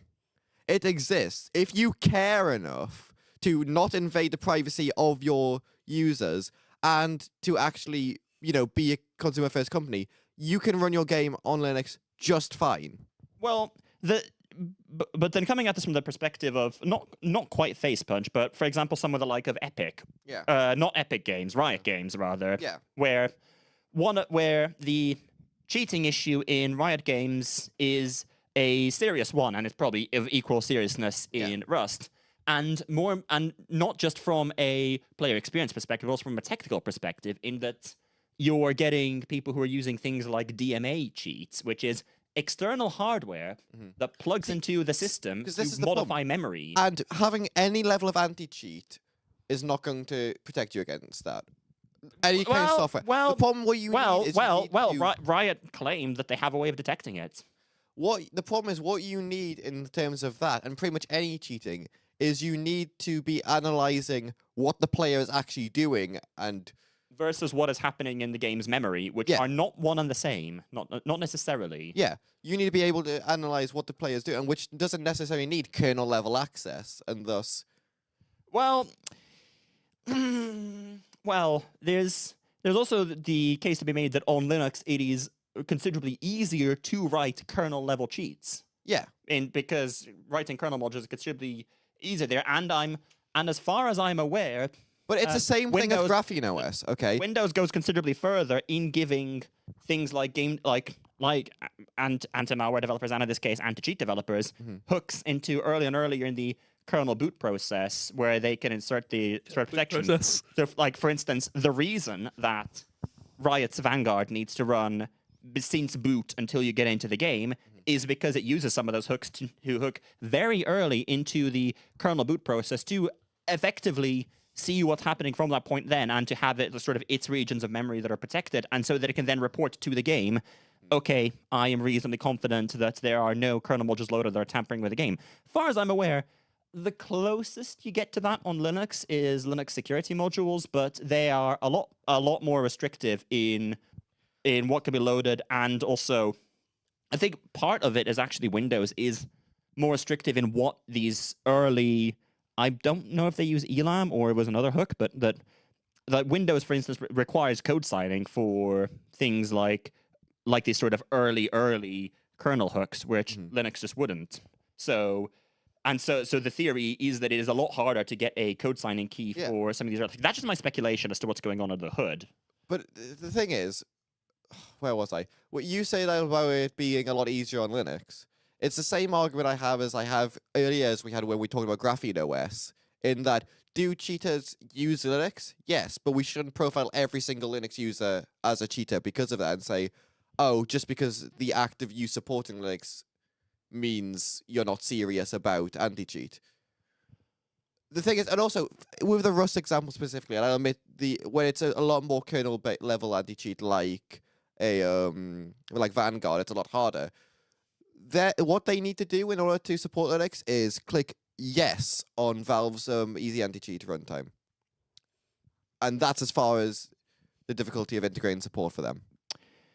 I think there's a layer of nuance that There is definitely a layer that of probably nuance. neither of us is quite qualified to talk about, because unlike both of us, Gary Newman and his team would have looked. I am reasonably certain that he isn't saying that solely because he doesn't know about that hook. Yeah. No, I'm sure they do. It's still. Rust, actually, sorry, I'm just because I don't think it is Newman that works. Gary doesn't work on Rust anymore, I believe is. No, he's gone mostly over to Sandbox. He's mostly, which is where I was saying I used to like Face Punch. But no, is also because Rust did used to have Linux support, and then they turned it off. Oh. Presumably when the cheating problem became bad. Yeah, and I bet it didn't fix anything because The cheating problem there is probably still bad. yeah. Because funnily enough, yeah, just kicking out like a decent amount of your player base is not a way to gain good support. Speaking of getting good support, The Game Awards. The Game Awards happened. What? No, What nothing. were you saying? Nothing. No, you were saying something. No, I was just asking Mark to Vision Mix for you. Oh, yeah, Vision Mix remarks. Thank you. So the Game Awards happened, and I'm going to give you a little quick roundup. They happened. What was it? Yeah, they happened Thursday night at 12:30 until 4 a.m. So I got a good little amount of sleep. So there was a lot of announcements that came at the Game Awards of new games and stuff. Nobody announced was Star Wars: Fate of the Old Republic, a new Old Republic game coming from former BioWare developer. I've forgotten his name, but he was he was the director of the original Knights of the Old. I know who you mean, and I've forgotten his name as well. Marx has forgotten the name as well. And also on the Star Wars trend, a new Star Wars racing game, which was unexpected because they were like, oh yeah, a new like gritty racing game from former Need for Speed dev, and I went, oh, I'm going to switch off during this. And then they opened to a Star Destroyer, and I got very confused for a few seconds. They also announced 2 new Tomb Raider games with actual gymnastics, which my friend was very... Okay, I am supposed to be on a train in 10 minutes. That's a very good point. And I've got to get you there. Me and Matt might disappear after this segment. Oh, encoding overloaded. Drop frames! Anyways, okay, I'm going to spitfire through this then. Stop showing, Can I make a potential proposal? Yeah. You have some things in the other segments. Yeah. Do you want to do those? And then depending, Honestly, can Captain, either I finish don't the know if I show can do them between just these as marks. 7 minutes. Okay, I'm going to have a look through and we can decide. But yeah. Anyways, so yeah, on top of those 2, a new Divinity game by Larian Software, who notably developed Baldur's Gate 3, was announced, which is a big one. They announced Total War Warhammer 40k, a sequel to Control, and a new Mega Man game, which we haven't seen a new Mega Man since 2018, and before that it was like 2010. So that's very exciting. In terms of the actual awards, though, Claire Obscure, Expedition 33, one of my favorite games of all time that came out this year, managed to break the record that was previously held by The Last of Us with 9 total wins at the Game Awards. The Last of Us won 7, including Game of the Year, Best Indie, Best Debut Indie, and Best Soundtrack. No Man's Sky took home Best Ongoing Game, which, as someone who bought No Man's Sky at its disastrous launch and occasionally jumps into play it every, over the last 10 years it's been going, I was very happy to see that. Hades 2, another great game this year, took home Best Action, and Hollow Knight Silksong took home Best Action Adventure. It sort of felt this Game Awards like any of these games could have been Game of the Year and swept these awards in any other year, but we've just gone so many strong ones in one year. It's been very interesting to see. Best Sim and Strategy wasn't as strong of a category because a remake of Final Fantasy Tactics took home Best Sim and Strategy, despite being a polished version of a game that came out in 1997. It really does just show you how bad Civ 7 was. Oof. And Ark Raiders wins best multiplayer game despite using AI-generated voice lines for a lot of its voice lines. Not ideal. Not ideal. And that's all I've got written down. Yeah, that was it. It was an interesting night. It was one of the Game Awards of all time. How much Jeff Keighley being weird did it have? A decent amount. There was also other weird bits. Oh yeah, there was other weird. David Harbour showed up at one point. Who? Have you watched Stranger Things? No. Okay. Yeah. Hopper from Stranger Things. Oh yeah. Yeah, he showed up. He's in Okay. Total War Warhammer 40k. J.J. Abrams showed up at one point. That one was unexpected. Did Gracie perform? No. Oh. I forgot they're related. The clue is in the name. Lots of people have similar surnames. Yes. So this is a series of stories that we have in the thank you. In the block that we sometimes like to call E equals MC squared plus AI, which I'm going to talk about. People are doing things that they maybe shouldn't be with AI. Now, specifically, we're going to be talking about our friends over at the Mickey Mouse Company, who we'll go into this in just a little bit more now, who have announced some exciting new AI features for Disney+. Some people are not happy about this, including, for instance, Dana Terrace, who was the... This is the Owl House. Yes, Yeah, she's the I saw you animator said this, and I behind went, Owl oh, I House. bet that's the Owl House. They're based. Yes, who encouraged people to, quote, unsubscribe from Disney+, pirate Owl House, I don't care, fuck Gen AI. If you pay us, we'll let you make our own content slop that we will own. You can draw and write and post your own shit for free. Bob Iger and his ilk are fucking ghouls. I should point out the news story that we took this from had censored Miss Terrace's words. I did not. Should we talk a little bit more about what specifically she's so incensed by? Well, it's interesting because despite this, Disney have came out swinging and accused Google specifically, of using AI to engage in mass copyright infringement on a massive scale. I don't know what other type of mass copyright infringement there is, but that's how I read that. Lightweight copyright infringement? No, but not on a massive scale. Lightweight copyright infringement on a massive scale. Sure. Anyway, Great insight.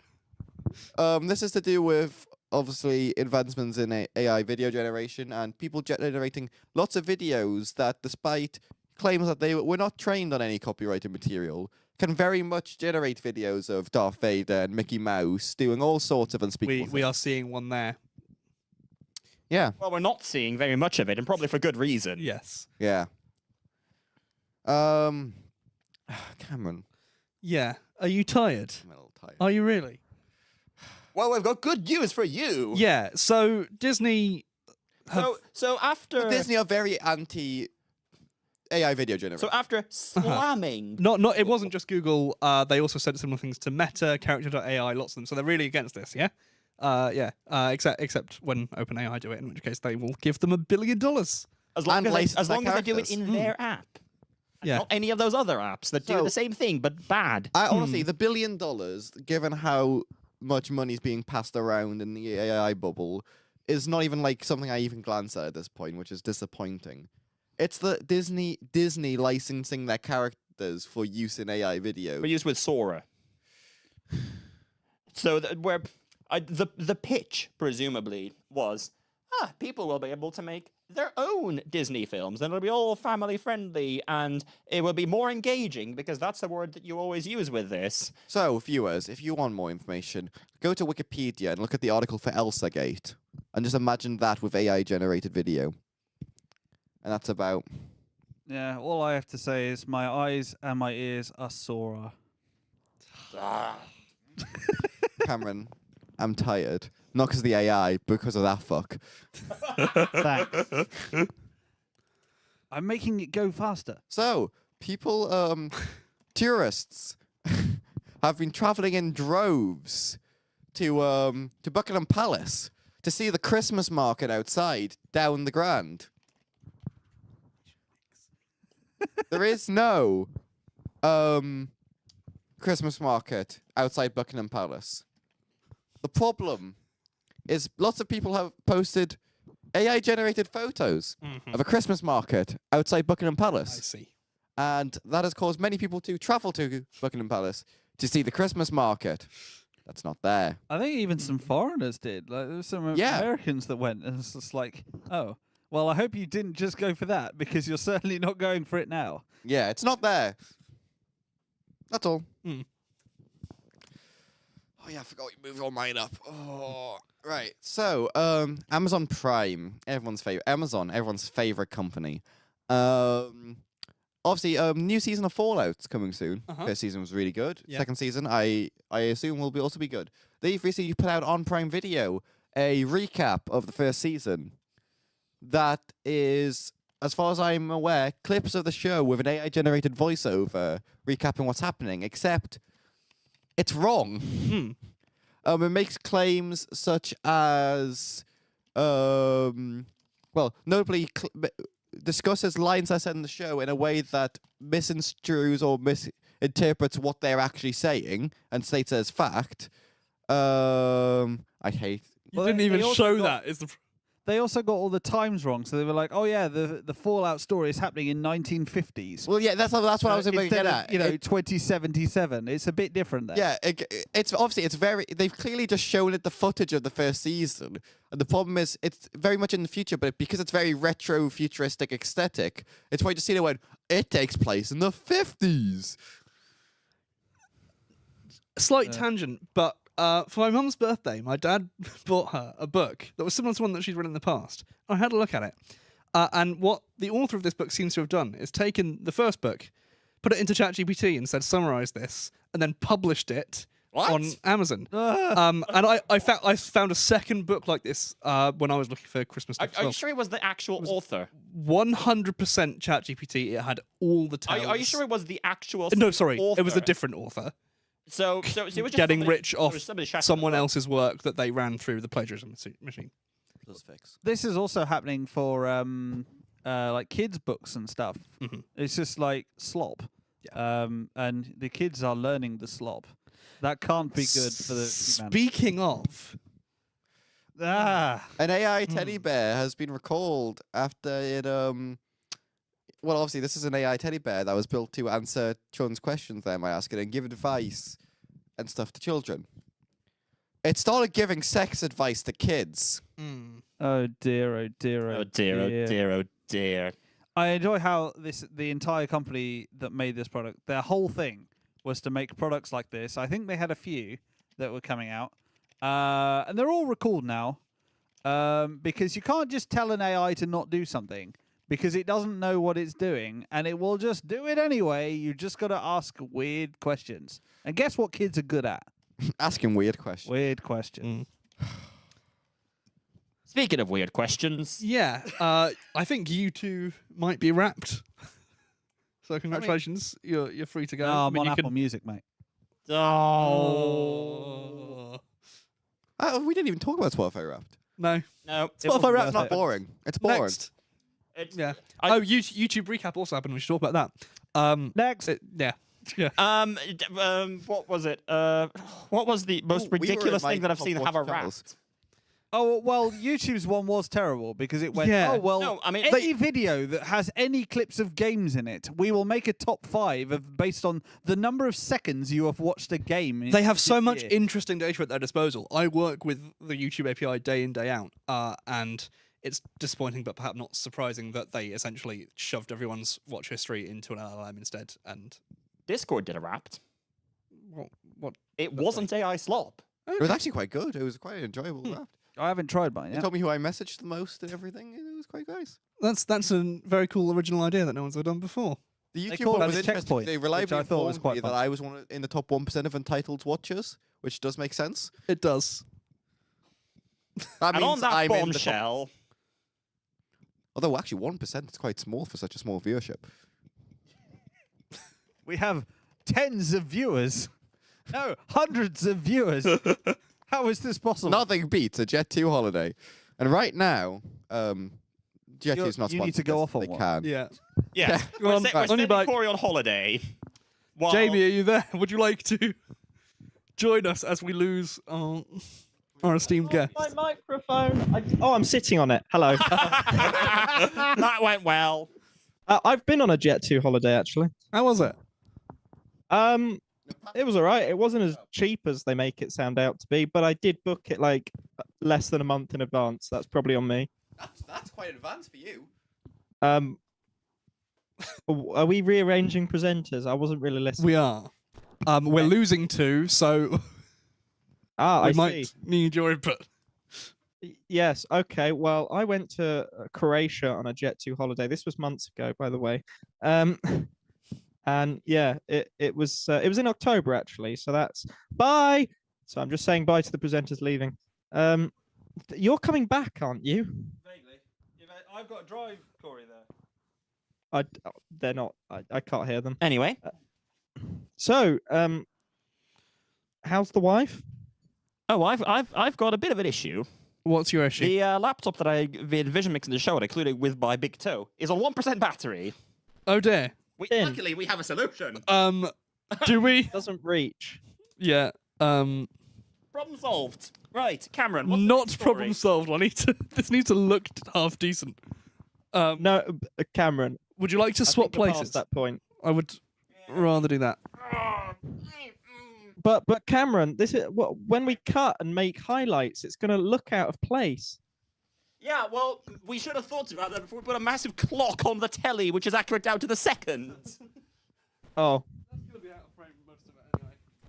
I'm not gonna lie, I can't see the telly very well. Right. Yeah, don't forget that. Oh, Oh yeah. Kory, come up There here is- and say the word. Sorry, can you say that you've been Kory, please? Okay. Yeah, well, you're not afraid, you bark. I've been Kory. bye, Kory. Matt, would you like to come and tell everyone that you've been Matt? Because he'll be back. Like the shit Terminator. Is that someone who terminates shit? Right, bye. Okay. Is this a good time to mention that my dinner's probably not far off done? Oh, good. They're Poor dwindling Dan has been like slaving flies. away on his own while I Right. Well, shall we talk through sofa. as much more AI bollocks as we can? Well, Oh, if we have to. so this one's all you. What? This is Yes. a new IDE from Google. That's all AI. Well, yeah. So Google made a tool called Anti-Gravity, which they described as an agentic code editor.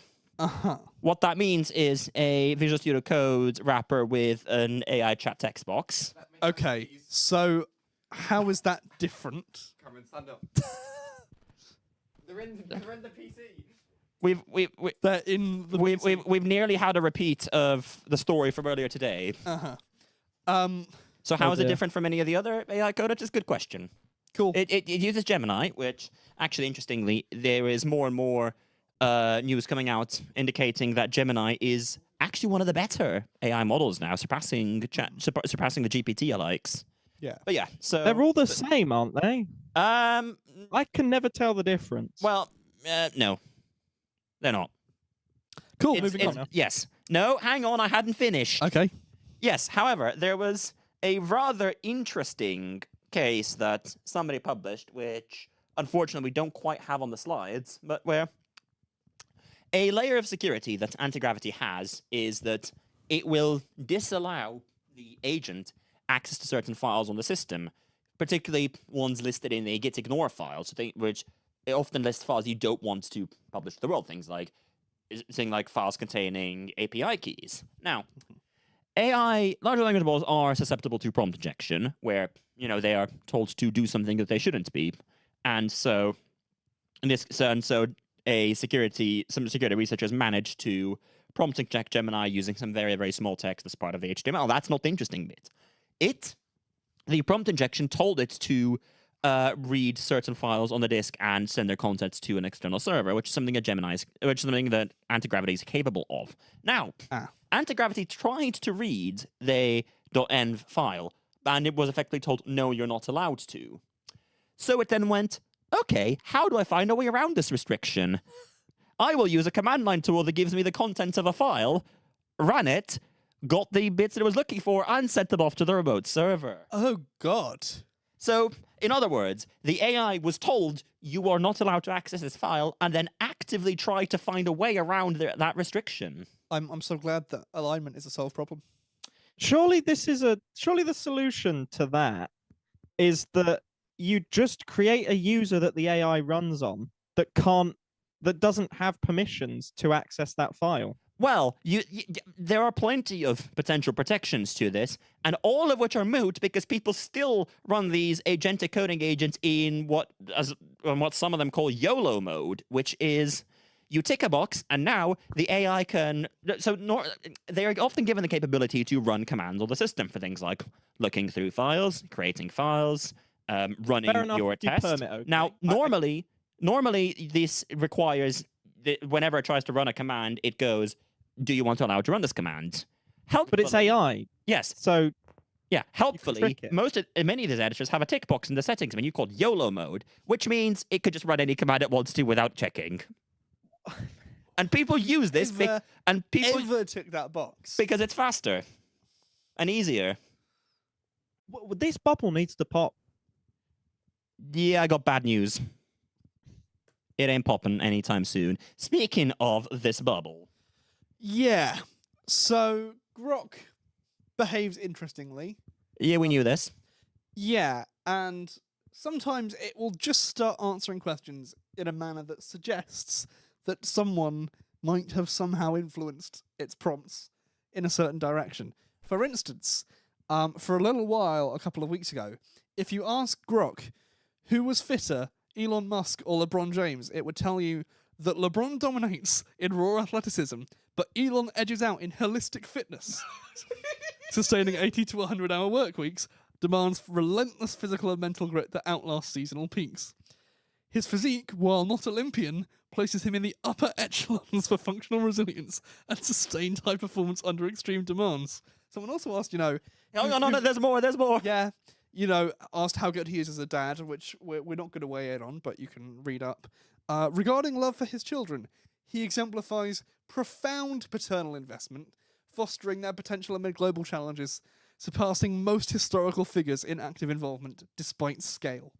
Now, I can't help but think, given we were just talking about the capabilities of prompt injection and manipulating the output of LLMs, something might be up here.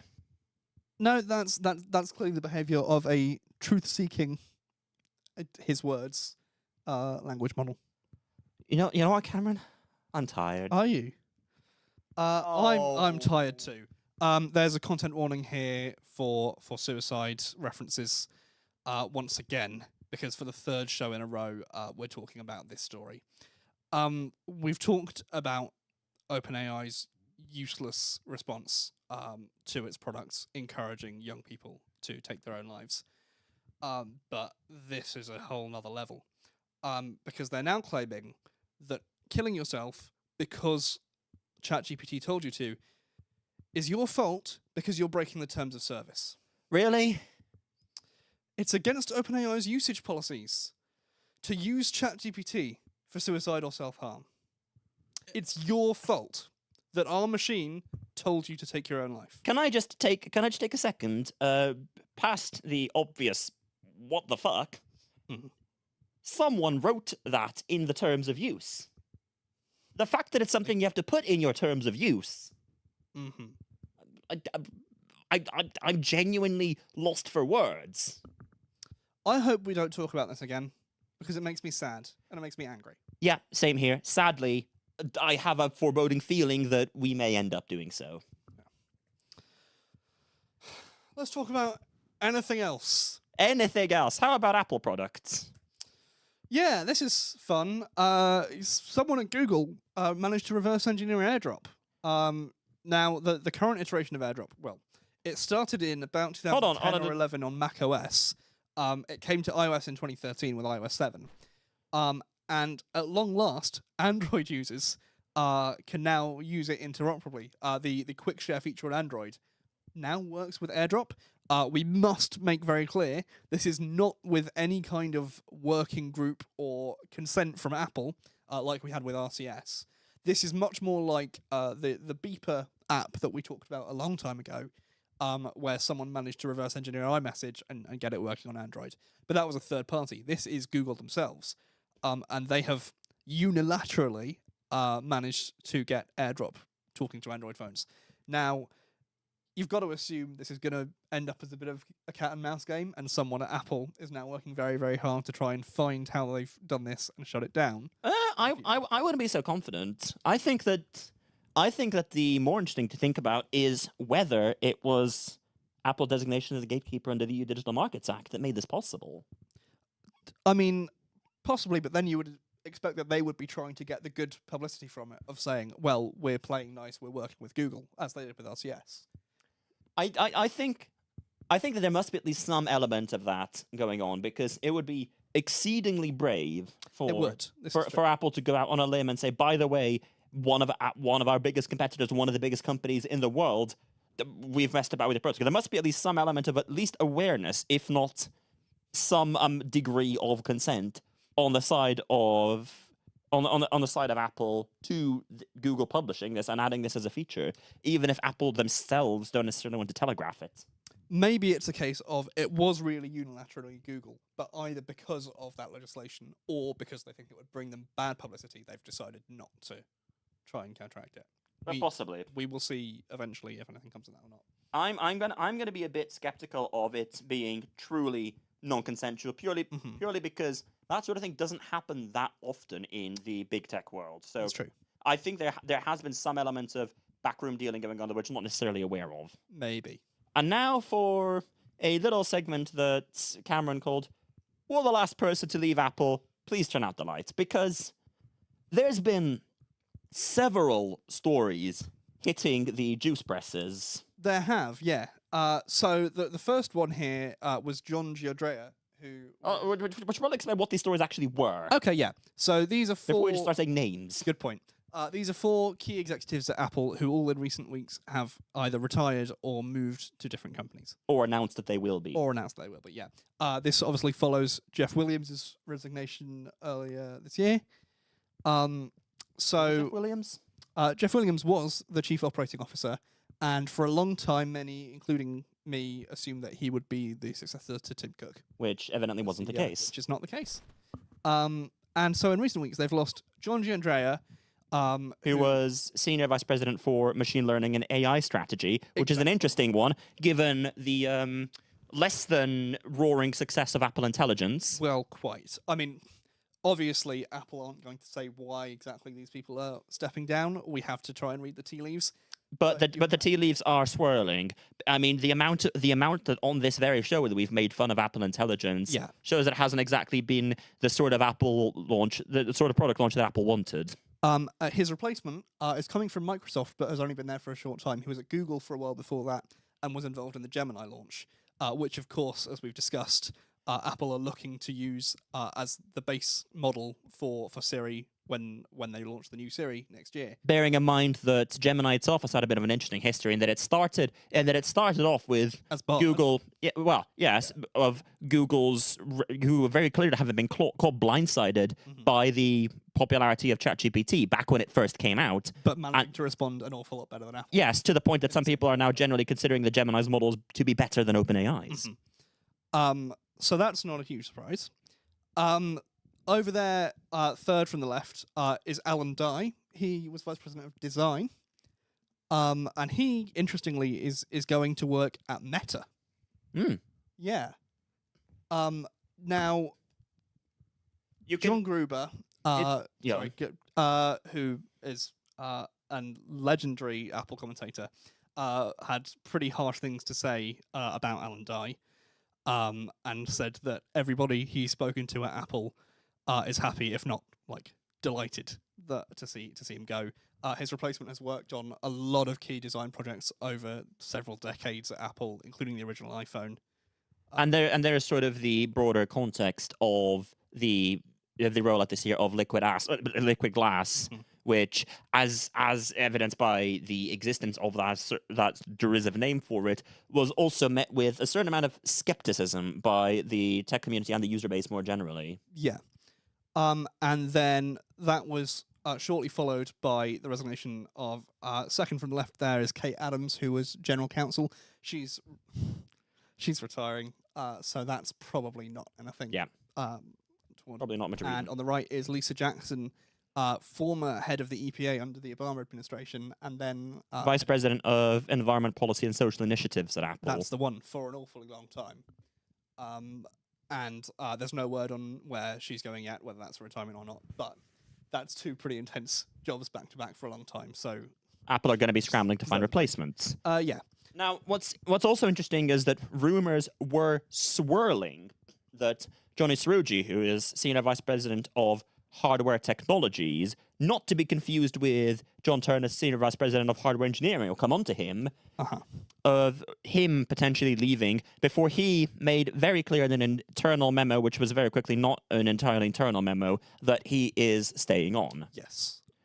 And I mentioned John Turnus because all of this should be seen in the context of rumors swirling around another potential big Apple executive exit. The big one. Yes, the big one, Mr. Tim Cook himself.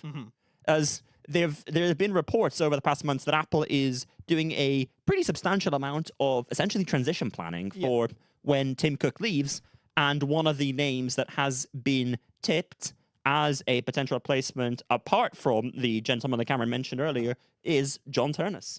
Yeah, I think it's fair to say he's now the front runner, as we've discussed before. And we can see that as one potential reason why this might be happening. There are kind of innocent explanations to do with stock options vesting and that sort of thing. But it's probably a combination. Yeah. It's not impossible to think that some of these people who are all relatively senior and in high impact functions, and Apple had thought that they could potentially be the successor to Tim Cook, and then found out that wasn't going to be the case. Perhaps. That is entirely possible. We're not saying it happened because there's no evidence for that, but it's possible that similar sort of thoughts have been happening internally at Infinite Loop. Yeah. Right, let's wrap this thing up. And finally, we begin with this one. we begin with Jeffrey Epstein. Yes, I was going Which is a sentence of our time. Yeah. This looks like Gmail. It's very similar to Gmail, but this is Jmail. So if you want to access the Epstein emails in the form of what it would look like if you were logged in as Jeffrey Epstein to Gmail, there you go. So well on to that person. That's a lovely piece of technological. I enjoy how plausible click around it is, because I had a bit of a click about it and I was like, yeah, this feels like I'm using Gmail. So hats off if purely from a creative perspective, let alone the content. Next up. Yes, this one. God is dead. I'm clipping that. I think we can very much say. There is a project called Sonic Infinite Runner 2, which was a sort of fan-made Sonic game, which somebody had ported for the PlayStation 2, a console that we haven't looked at, a console that has been dead for a long time. And the person who originally made the Sonic Infinite Runner project looked at the code and saw that it's in JavaScript, which is not the sort of language that you generally use for writing console games, particularly not of that era. And so what they found is that they had used a JavaScript engine called QuickJS from Fabrice Bayard of FFmpeg fame, of QEMU fame, cool guy in the open source community, to find a way of running JavaScript on the PlayStation 2. Why would you ever do that? I don't know, but it's cool. Yeah, pretty much. Speaking of other cool things. So last time we talked about Subway Builder as sort of a hyper-detailed simulation of actually trying to construct a subway network. But if you are also interested in politics, like me, and you want to see a hyper-detailed simulation of what it would be like to be in Parliament and be Prime Minister, this is a very similar vibe using all the real war boundaries. I think they said 20,000 simulated NPCs, all with their own kind of political goals. Now, this reminds me of another series of games. Have you heard of the Democracy series of games? I haven't. Well, it's essentially the same concept, except that I believe you started in a fictional country. But I think there may have also been scenarios which take you in a real country. But yeah, it's the same sort of idea in that you have a certain amount of political capital, which you use on enacting changes to government policy, and then each change affects the various different sectors of population. And you can see that play out, and your job is basically stay in government. But I feel like this has just cranked up the realism to 11. Oh, yeah. Absolutely. Then we've got this. After a year off, Microsoft have brought back what they literally call their ugly sweater, with lots of famous Microsoft iconography on there. Is it bad that I kind of want one? No, I think that's fair. I do like the vibe. It's from back when Microsoft wasn't completely and utterly terrible. Yet. Well, the sweater's from now, but the icons are. Right? Yes. And then this. This is where we leave it. Once again, we are leaving the show on something ridiculous in Minecraft. This time it's not something that's been built in Minecraft, it's something that's been used to play Minecraft. Because why wouldn't you use a receipt printer? Why would you not print out every frame, one at a time, on a receipt printer, and try and play Minecraft? I mean, that's sensational, isn't it? I think the creator who posted the video said in it that he did it because he was getting bored of Minecraft and wanted to do something a bit different. Now, what was sort of interesting to see about it is that one of the issues that he had is that because it's a thermal printer, not the sort of inkjet printer that you would generally see, is that if you printed too fast, it would generally overheat. And you'd have just dark either the printer would give up or you'd have dark splotches on it. And also the amount of you have to very much dial in the display settings to get like the right amount of contrast for a thermal printer, which is not the same as for display. And then also the fact that you're playing the game on a delay. Like not even the fact that you're playing the game at 0.7 FPS, but you're playing the game at 0.7 FPS on a delay. Because, whenever you do something, you have to wait for it to be printed out before you get confirmation that you've done it. So you have to effectively click blindly and take it on trust that you're doing what you think you're doing in the game. And all credit to him, he managed to kill the Ender Dragon in it. Crazy. Which is an achievement. He had to speak to actual Minecraft speedrunners to find out the strategies that they use to beat the game as quickly as possible, particularly in random seed environments. No, I think he did actually use a set seed. Because if he were to play through the game the intended way, then he'd run out of printer paper before he could finish the game. Now, all they need is a shredder, and the printer paper goes into the shredder, and then you live stream it on YouTube. I wonder what he's done with the printouts. It's because it's effectively a modern art project. I mean, he must have kept them as a receipt of him doing it. And on that bombshell... Are we really ending it there? That is our show. That's probably it from us in 2025. So thank you for watching. We will be back next year with... third calendar year of this. Why? The same nonsense. Why do we do this? I ask myself that after every show. Why have you watched this? If you're seeing the end of this show, why? This show is going to end, and then a minimal amount of tidying up is going to happen, and this is my lounge is going to be ruined until probably Tuesday. I mean, sorry, Matt. Thank you for hosting. Mine's not any better. I've made an absolute mess. Then I'm going to go eat dinner, and then I'm going to forget about it. I will point out, no one asked you to do that. That was entirely of your own volition.